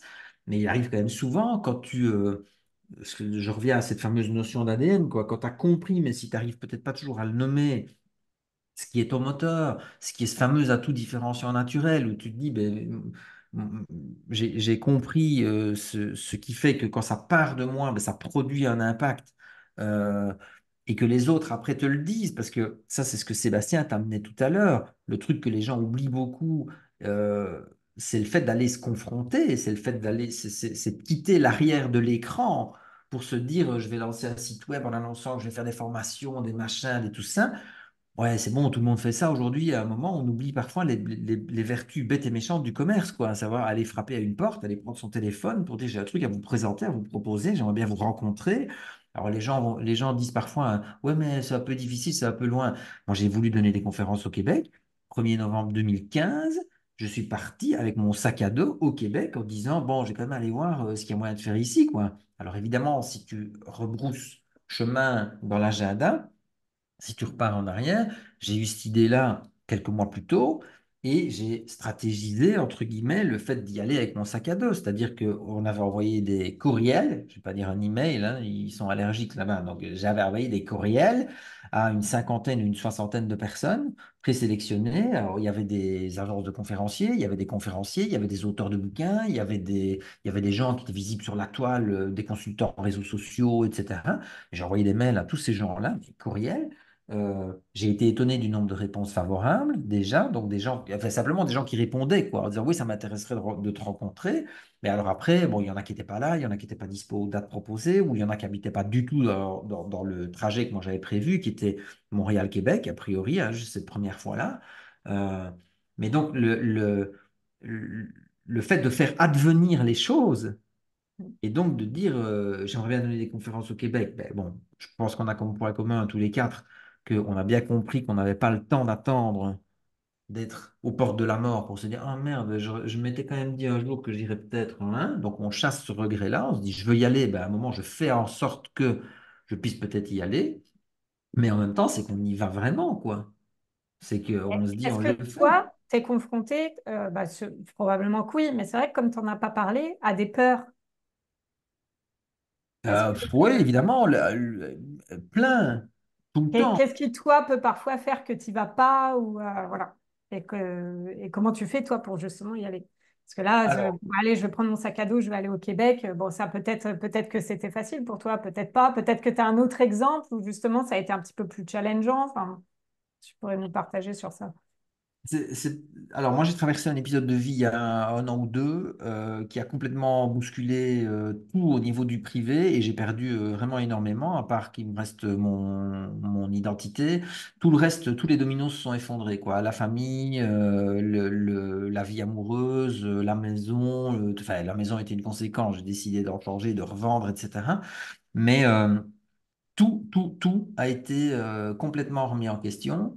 Euh, Au point que à un moment, je me suis dit, mais est-ce que je suis has-been en fait? Donc, est-ce que les sujets que je traite, les trucs dont je parle, est-ce que c'est passé de mode? Est-ce que c'est plus ce que les gens ont envie ou ont besoin d'entendre, alors que j'essaie de me positionner sur des sujets a priori universels et indémodables, quoi. Bon. Mais oui, je suis passé par une crise comme celle-là, de se dire, mais finalement, je commence à avoir peur de l'extérieur, peur de l'autre, peur ouais, peut-être même peur de vivre, quoi. De dire à un moment, quand tout ce que tu touches se transforme en or, je parle pas nécessairement d'argent, mais en tout cas, ça va vers le haut, quoi. Ça avance, ça progresse, ça continue. Bon, là, je reprépare un semi-marathon. Ben, ce que je touche, ça se transforme en or. C'est-à-dire que je m'entraîne, je vois que ça avance. J'ai passé la phase critique de, de, de- de vraiment en chier quand je cours. Là, maintenant, j'ai toujours pas envie d'y aller, mais je sais que ça me fait du bien. Je sais que je commence à faire des distances de 10, 15, 17 kilomètres. Donc, tu dis, OK, là, on commence à le retoucher du doigt, quoi, le troisième semi-marathon. Euh, Là, c'est la spirale ascendante, quoi, où tu te dis c'est good. Mais quand tu touches quoi que ce soit, même des trucs que tu faisais bien avant et que ça casse, là, à un moment, tu te dis stop, quoi. Quand est-ce que ça va s'arrêter? Donc, oui, la peur de devoir traverser son propre enfer, moi, je l'ai rencontré. Et à mon niveau, j'ai traversé mon propre enfer. La bonne nouvelle, c'est qu'une fois que tu l'as passé, un, tu sais que tu peux y survivre, et deux, tu connais le chemin. Donc, tu te dis, si ça se reproduit, j'en sortirai plus vite. Euh, mais oui, les peurs, elles sont toujours là. La peur de se dire à un moment, ça va être quoi mon prochain acte? C'est quoi le prochain move? Qu'est-ce qui va me garder en énergie? Comment je vais faire en sorte que je puisse continuer à me développer en gardant la même énergie, le même peps, la même intensité, entre guillemets. Je vais vous partager un exemple très concret après sur la scène. C'est comment je vais pouvoir vaincre un truc qui me bloque depuis, j'ai 46 au moment où on enregistre ce podcast, qui me bloque depuis que j'ai l'âge de 12 ans, quoi. Donc ça fait quand même 34 ans que c'est là. Et c'est le fait de pouvoir chanter lors d'une conférence. J'en parle dans le bouquin Rebondir sur l'échec. À l'âge de 12 ans, on fait un concours de playback avec quelques personnes de ma classe. C'était Thriller qui fait autorité à ce moment-là. Donc on fait toute la danse de Thriller, machin, on reproduit les tombes, le machin, tout le truc, quoi. Ma mère m'avait fait le gant avec les étoiles, les brillants, enfin, on fait Michael Jackson. Euh, Ça cartonne. Sauf que, alors déjà, on n'était pas parti pour gagner. On l'avait fait parce qu'on avait envie et que ça nous amusait. Moi, c'est souvent un de mes moteurs. Je suis rarement là en me disant que je veux finir sur le podium numéro un, machin. C'est pas ce qui m'intéresse, c'est plutôt l'aventure, les sensations, le truc. Bon. Mais quand on commence à dire, on va annoncer les gagnants, machin, tout ça, et tout le monde dit, ouais, c'est Thriller numéro un, Thriller, Thriller, Thriller, Thriller. Et dès ça, quand on descend de scène, où les gens nous disent, ah, c'est génial, et que tu as 12 ans, tu te dis, bah alors on va gagner, forcément. Et puis qu'on annonce 3 fois dans le micro qu'on aurait dû gagner, mais que le chanteur n'a pas chanté, parce que moi, j'ai oublié, en enfant de 12 ans, j'avais un micro et tout, hein, j'ai fait la chorégraphie, mais j'ai pas fait le mouvement des lèvres. Ben, ça me les a scellés. Donc le fait de donner des conférences, c'est déjà une revanche par rapport à ça. Parce que bah, j'ouvre ma gueule devant des gens qui doivent me subir pendant 1 heure et demie. Mais le fait de chanter, quand tu as 12 ans devant 400 personnes, on te dit 3 fois d'affilée, ils auraient dû gagner, mais le chanteur n'a pas chanté. Alors que je suis musicien, hein, je suis guitariste, j'ai écrit des chansons, on a fait 2 démos avec un groupe. C'est même moi derrière qui chantais pour dire au chanteur la ligne mélodique que moi j'avais en tête. Mais j'ai été toujours incapable de manière significative de chanter devant une centaine de personnes avec un micro, quoi. Je l'ai fait un peu, mais ça m'a jamais, j'ai jamais assumé. Et ça, c'est mon plus gros défi là maintenant où j'ai 46 ans, où je me dis, mais l'année prochaine, je sors la guitare en conférence, ça c'est déjà acquis mais ça n'a jamais été un problème. Ma guitare est ma plus fidèle alliée, donc je peux me réfugier derrière sans aucun problème. Donc, dans mes conférences, maintenant, j'ai des extraits musicaux et je connais tous les riffs derrière, donc je peux jouer tous les trucs. Donc, l'année prochaine, je commence à proposer une version spectacle augmentée qui durerait non pas 1 heure, 1 heure et demie, mais un peu plus parce qu'on ferait un buff en même temps, en mode expérientiel. Mais l'étape d'après, c'est le chant, quoi. Et pourquoi est-ce que j'ose le dire? J'en ai reparlé pour la première fois en écrivant le bouquin. 2017, rebondir sur l'échec. Et j'ai mis cette expérience-là en ouverture, en disant qu'on a des trucs qui nous bloquent, etc.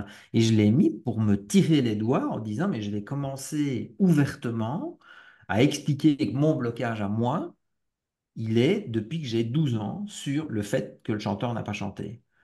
Et donc là, à un moment, je sais que chaque jour qui passe où j'en parle, comme le fait d'en parler aujourd'hui avec vous, ça me rapproche du bord du tremplin où à un moment, je vais me dire, bon, tu vas encore en parler pendant 20 ans comme ça? Non, parce que sinon, c'est pas cohérent. Je vais arriver à 80 balais en me disant, ah, moi, si j'avais pris des cours de chant, j'aurais peut-être. Mais non, on s'est dit que c'est ça qu'on voulait éviter. Donc, moi, à un moment, j'ai commencé à le faire. Je suis dans un petit groupe d'impro là de temps en temps, mais ça m'a percuté le mois dernier de me dire, mais si je commence pas à chanter ici, on est 10, c'est tous des gens qui m'aiment, où on s'aime et où on se respecte. Quand je dis on s'aime, c'est au sens de bienveillance, quoi. Il peut rien nous arriver, on est dans un petit laboratoire, là, on fait des impros, mais commence à chanter pendant les impros, hein, mec, pour voir si les gens disent, oh putain, quand t'as chanté, c'est mieux quand ça s'est arrêté, hein. Ou si les gens disent, oh, t'as quand même une belle voix, ou si les gens n'en ont rien à cale, quoi. J'ai commencé à chanter et ça a pas eu l'air de ni de déranger dans un sens ou dans l'autre. Donc je me dis, hein, bah, c'est déjà pas pire, quoi. Donc je peux peut-être continuer. Mais donc ma plus grande peur, là maintenant, c'est ça. Tu me mets 500 personnes, je peux leur faire 2 heures de conférence, je peux les faire kiffer, je sais pas faire autre chose, mais ça je sais. Mais par contre, tu me dis, bah, vas-y, chante un petit truc avec eux là maintenant. T'es musicien, tu dois savoir. Non, le chanteur, il n'a pas chanté là. Il n'y est pas encore. Hmm. Bah, Mais ça ne merci durera pour pas. ton partage là qui est très, ouais, très personnel et très parlant, je trouve. Parce que C'est c'est un ouais, de mes défis à vraiment. moi. Le semi-marathon, c'est pas un défi. J'en ai déjà couru 2. J'ai déjà couru un marathon qui était un vrai gros défi. J'ai couru en 2019 à Lyon. Donc je sais que si je voulais, je pourrais. Mais je suis pas tombé amoureux et ça m'a pas donné envie d'aller jusqu'à refaire tout l'effort de prépa pour un marathon. Par contre, un semi, ça m'amuse. Mais donc là, il n'y a plus de peur. Il y a le fait d'être réexcité, mais pas pour refaire jusqu'à une longue distance. Par contre, le chant, c'est mon vrai gros sujet, quoi. Donc là, Fred, si on te fait une chanson, c'est là où c'est Tu l'auras pas. problématique, quoi. Tu Comment l'auras. faire flipper Fred? En fait, il n'y a pas les araignées, la peur du vide ou tout ça. Tu te mets face à lui et tu fais une chanson, une chanson. Et là, il fait Dieu. Non, Tu mais parles cool. d'araignée. J'étais chez mon copain Nicolas Felger, qui est un grand conférencier brillant que vous pourriez recevoir ici. Je vous connecterai à lui si vous ne le connaissez pas. Nicolas Felger, j'étais chez lui au Maroc au mois d'avril. Il avait des migales parce que il a des conférences sur le dépassement de soi où notamment il invite des gens à soit toucher des migales, des tarentules, des serpents, etc. Et j'étais chez lui, mais là je me suis dit ça c'est peanuts quoi, je peux le faire quoi. Donc je lui dis, Nico, moi, c'est possible, j'aimerais bien toucher une de tes bestioles, là. Il me dit, ouais, ouais, ouais. Il dit, ah, je vais prendre l'araignée, machin. Mais à un moment, tu te dis, mais si lui, il le fait, quoi, qu'il prend la bébête et qu'il la met sur sa main et qu'il joue avec, etc., il n'y a pas de raison qu'à moi, ça marche pas, quoi, tu vois. Et alors le chant, mais je regarde plein de gens qui chantent et qui font ça, et tu te dis, mais s'il y a autant de gens qui arrivent à le faire, moi, je vais pouvoir. C'est un vrai défi pour moi, c'est un vrai enjeu. C'est comme pour l'échec, en fait. Il ne peut y avoir d'échec que s'il y a un enjeu.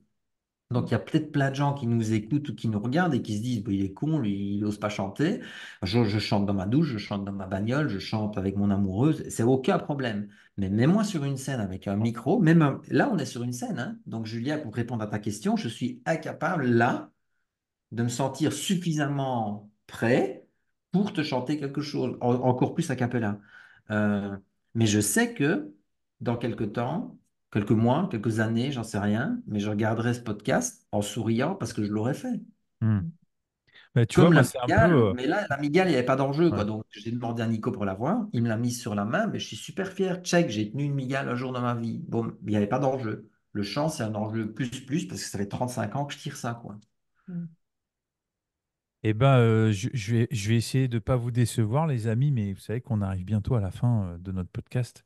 Le temps passe, le temps file. Ouais. Du coup, avant de... Déjà, merci Fred pour tous ces Ouais. partages parce que c'est Mhm. fou. Tu as un parcours de dingue. Et puis, je pense qu'on pourrait tenir 3-4 heures sans problème, je pense. Là, Ouais, c'est vrai on que ça donne serait... envie de poursuivre l'échange, Bah, hein. c'est ça, c'est Il y ça. aurait tellement de choses à dire. Bah, Ouais. ouais. Et ben, c'est un peu notre problème de ne pas fixer de sujet, mais c'est comme ça, c'est le principe de notre podcast.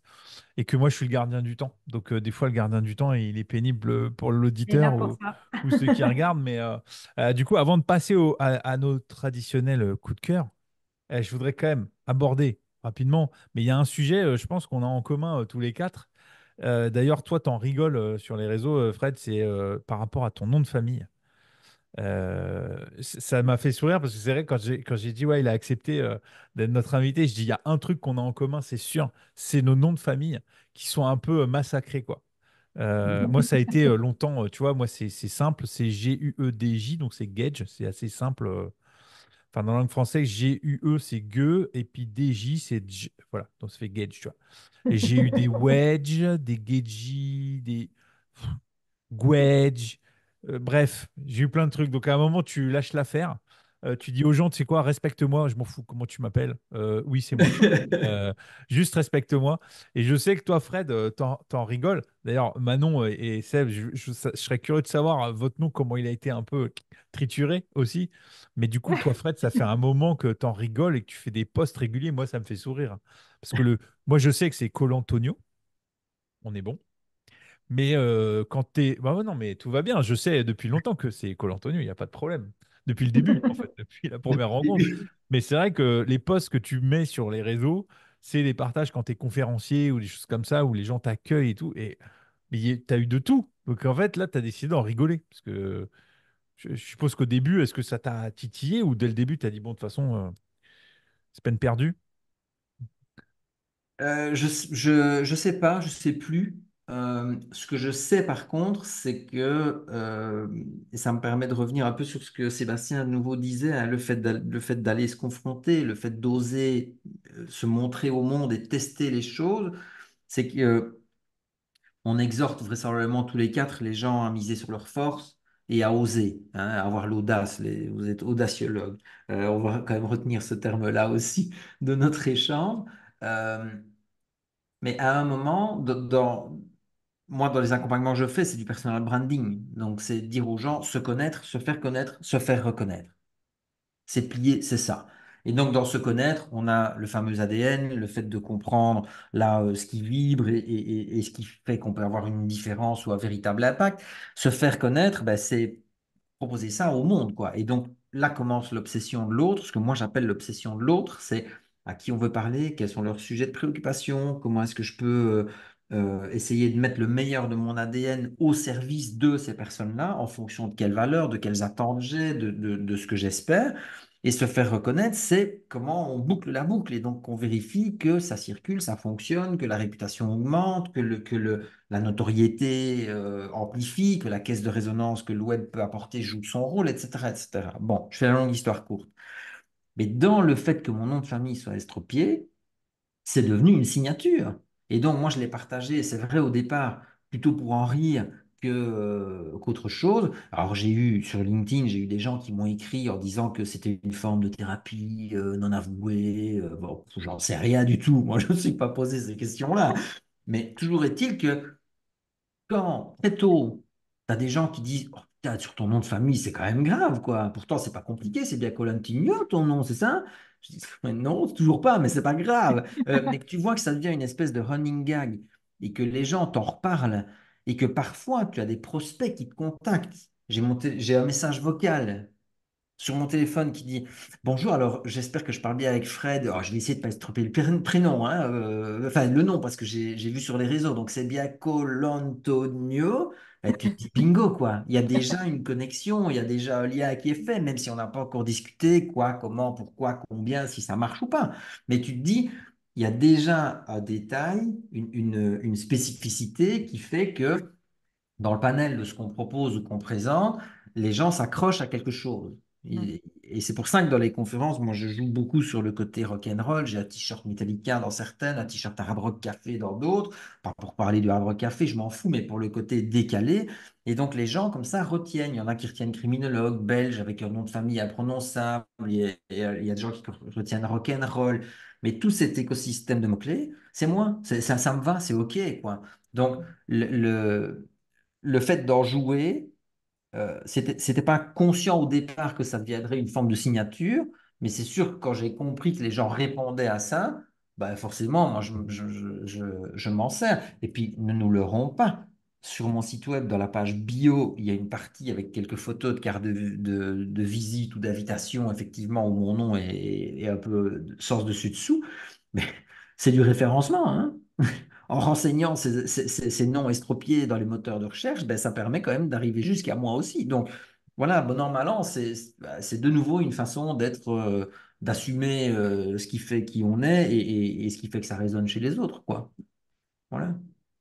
Ah, ben, c'est une bonne stratégie, du coup, bien joué. Ouais.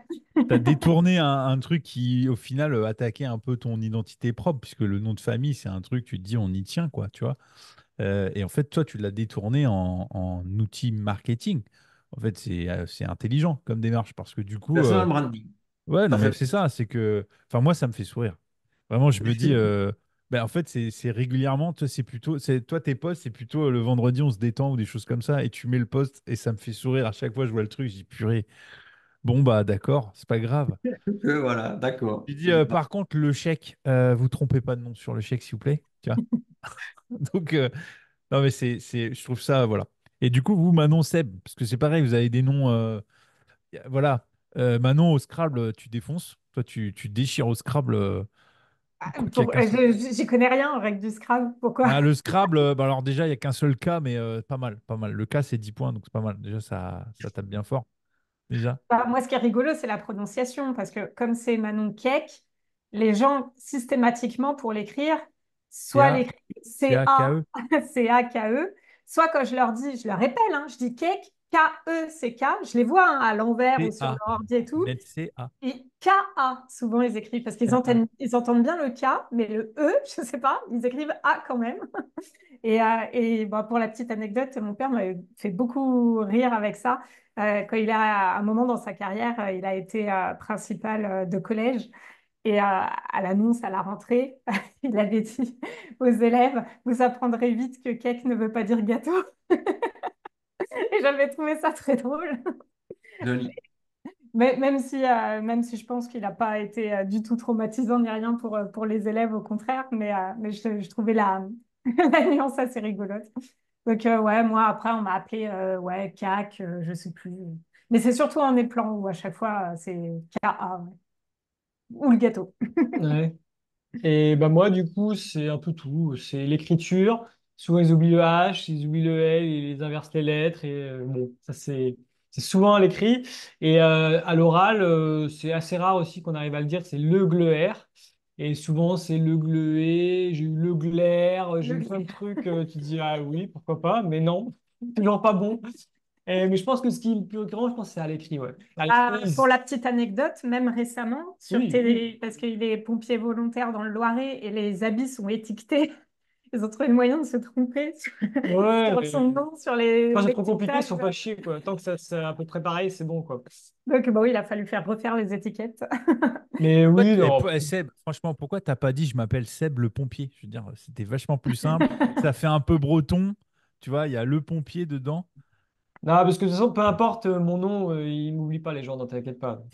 Voilà. Ça se passe bien dans tous les C'est cas. ça. Mais tu sais que moi, il m'est arrivé un truc, c'est que moi, mon nom, c'est G-U-E-D-J, et donc ça se dit Gage. Et à un moment, il y avait un chanteur qui s'appelait Gage, G-A-G-E, québécois, je crois, qui était, bah, c'est un pote de Corneille. Et à un moment, il a bien poussé en France.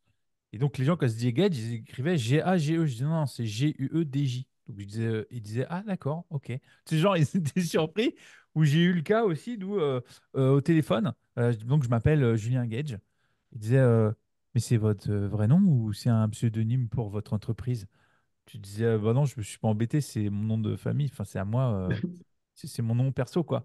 Genre, je vais prendre un nom d'artiste, c'est pour être photographe. Hier, je m'appelle Julian Gage. Hier. Par contre, j'ai un cousin un peu éloigné qui s'appelle Nicolas Gage. Nicolas Tu vois le Cage. rapprochement avec Nicolas Cage. Il dit à l'américaine, hey, moi j'ai un acteur dans ma famille. Alors faites ce que vous voulez, mais bon, enfin voilà. Bon, du coup, c'était la petite parenthèse nom de famille. Voilà, c'est un point commun encore. On vit avec et on en rigole. Parce que du coup, c'est vrai que moi, quand j'ai des appels des plateformes, souvent, et qui font bonjour, je voudrais parler à Monsieur Guidji ou Monsieur Wedge.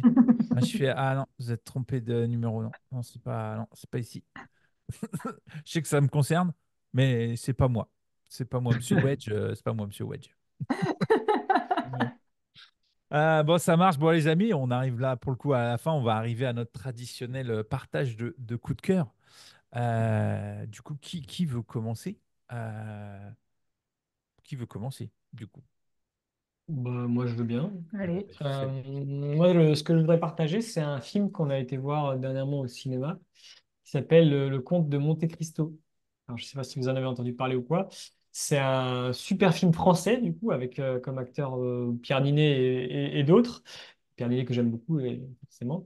Et bah, l'histoire, je ne sais pas comment je peux la résumer rapidement, mais Je pense que beaucoup la connaissent. ouais, Bah bon. ouais, en fait, comment tu peux la Allez, regardez résumer? la Tu dis bande-annonce. bah acheter le bouquin de Monte Cristo. Ouais, voilà. Même si c'est adapté et que l'histoire n'est pas Ouais. identique, hein. Oui, mais je trouve que le film est vraiment, vraiment génial et nous, on a passé un super bon moment. Il y a de l'action, des fois, c'est un peu drôle et tout. Il y a vraiment plein de choses qui sont réunies dans ce film-là. Donc, si vous savez pas de quoi je parle, allez regarder la bande-annonce et je pense que vous aurez envie d'aller le voir. Et je pense qu'il a très bien marché aussi, je crois. Donc, ouais, Ouais, franchement, bon départ, ouais. ça faisait un moment que j'avais pas passé un aussi bon moment devant un film au cinéma. Donc, puis c'est un film français, donc très cool. En sachant que le producteur, parenthèse, Dimitri Rassam, euh, qui est d'une grande lignée de producteurs, qui est de la famille de Claude Berry, enfin, voilà, c'est de la famille, quoi. Dimitri Rassam a produit dernièrement Les Trois Mousquetaires. Mm. On est un peu dans la même lignée, en sachant que les réalisateurs Oui, de voilà. Monte Cristo, c'est les scénaristes des Trois Mousquetaires. Donc c'est cette famille-là. Voilà. On sent la prod, quoi. C'est C'est-à-dire du que. lourd. Non, mais on sent la prod. C'est-à-dire que vraiment, moi, je sais que bah, Monte Cristo, je l'ai vu aussi. Quand on va, on se dit, waouh, ça, c'est du cinéma, quoi. C'est-à-dire que. Mm. Waouh, voilà. On en prend plein la tronche, le scénar, l'acting, la lumière, enfin, voilà. Et les films sont. Enfin, c'est bien réalisé, bien joué. Enfin, il y a tout ce qui va bien. C'est des super adaptations. Et entre parenthèses, la suite des Trois Mousquetaires est annoncée d'ailleurs. Le producteur a annoncé la suite des Trois Mousquetaires. Donc, cool. Donc, merci pour ton partage. Oui, alors Monte Cristo, au moment où on diffuse le podcast, je pense qu'il est sorti depuis un moment. Il Donc, Ouais. sera peut-être plus qu'il est risqué. déjà Ouais. arrivé sur les plateformes. C'est possible. Donc, si vous ne l'avez pas Ouais. vu, voyez-le. Si vous l'avez vu, revoyez-le. Voilà. Mm. C'est, c'est ça. Non, mais cool. Top pour le partage, Seb. Et Fred, Manon. Bah, moi, je vais rester dans la lignée des films à costume. Parce que cette semaine, j'arrive après tout le monde, mais je commence à commencer la chronique des Bridgerton, que je trouve rafraîchissant. Alors, du coup, je le partage. J'ai pas grand-chose de plus à dire, si ce n'est que je trouve que c'est une série de filles, mais ça fait du bien, les séries de filles, de temps en temps. Donc voilà, si vous voulez vous détendre, vous changer les idées et tout, voilà, je trouve ça rafraîchissant, euh, joli à regarder. Les costumes sont beaux. La maison qu'on voit tout le temps là dans les premiers épisodes, il y a une superbe glycine. Enfin, c'est le genre de détail, mais je me suis dit, mais comment ils ont pu avoir une glycine fleurie aussi longtemps? Bref, c'est bête, mais voilà, c'est vraiment, je trouve, agréable à regarder et puis ça détend. Voilà, Sur quelle plateforme? c'est Netflix, celle-là. Décidément, je crois qu'il va falloir qu'on négocie avec Netflix parce que. Ouais, ouais, on va leur On envoyer un retourne un mail. peu sur Prime en ce moment. Ouais, non, mais entre Prime et Netflix, non, mais vraiment, c'est un moment, je pense qu'il va falloir qu'on négocie quelque chose avec eux, hein, parce qu'on parle Ça d'eux. Alors, en viendra. même temps, je sais pas si ça va changer la face du monde, mais bon, c'est pas grave. C'est quand même, ouais, divertissant. Donc, les chroniques de. C'est La chronique des Bridgerton, je crois. ok. Bon, on t'écrira le titre. Non, Ouais, mais il je aura vois, facilement, c'est hein. en Parce que, costume, costume. en gros, j'ai vu toutes les entrepreneuses sur Instagram partager des stories où elles étaient en train de regarder ça. Et bah, c'est à la suite du résultat des élections, je me suis dit, qu'est-ce que je peux regarder pour me changer vraiment les idées? Allez hop, une série de filles. Donc voilà, c'est Ça parti comme ça. marche. Fred, je te laisse partager ton coup de cœur du moment. Ouais, moi, c'est plus terre à terre, c'est plus prosaïque. Je suis allé voir Body Count en concert au Luxembourg, au Rocal. Et t'as eu Et des autographes? c'était fou de les voir. Alors, du combo initial, il reste Ice-T au chant et Ernie C à la guitare. Grosso modo, les autres sont morts, je crois. Donc, ils ont, euh, ils ont recréé, ils ont recréé un groupe, ils sont 7 sur scène. Le fils d'Ice-T est avec lui pour chanter une partie. Et franchement, j'y allais sans attente en fait, parce que de nouveau, mon rapport au temps a fait que j'avais pas pu prendre le temps de commencer à me projeter en disant j'espère qu'ils seront toujours bien, machin, tout ça. Je les avais jamais vus. Euh, mais j'étais tellement fou quand j'ai su que j'irais les voir que je me suis dit, ah, je me réjouis, je me réjouis. Et en fait, le concert a été, enfin, ils étaient top, quoi. Donc c'était, et puis je les ai vus en VIP, là, donc j'ai le badge qui est autographié, donc ça c'est vraiment cool. Un vrai bon concert, ils étaient en forme, il y avait de l'énergie, c'était péchu. Et franchement, ils sortent un album là tout prochainement, donc c'était très très cool quoi. Juste, Bon, tu c'est peux. du rap metal pour ceux qui Ouais, c'est connaissent ça, pas c'est ce que j'allais dire, le style de musique. peu, mais c'était vraiment bon. Vraiment vraiment bon. Ouais, alors attention, le grand écart là. Vous êtes prêts au grand écart? Attention, on s'accroche. Parce que là, on va passer de Body Count à mon coup de cœur pour clôturer ce podcast. Alors attention, moi, c'est le coup de cœur du moment, c'est Lena Situation. Donc quand je dis qu'il y a un grand écart, il y a un grand écart. Elle On écoute est en peut-être plein du rap dedans. metal, hein? Non, mais en tout cas, Lena Situation. Alors, elle est ce qu'elle est. La mode, pas la mode. Bon, bref, elle a partagé, elle partage régulièrement des vlogs euh, de sa vie d'entrepreneuse. Parce qu'au-delà de l'influence et tout ça, tu vois, tout à l'heure, on disait la chance, ça se mérite, ça se provoque et tout ça.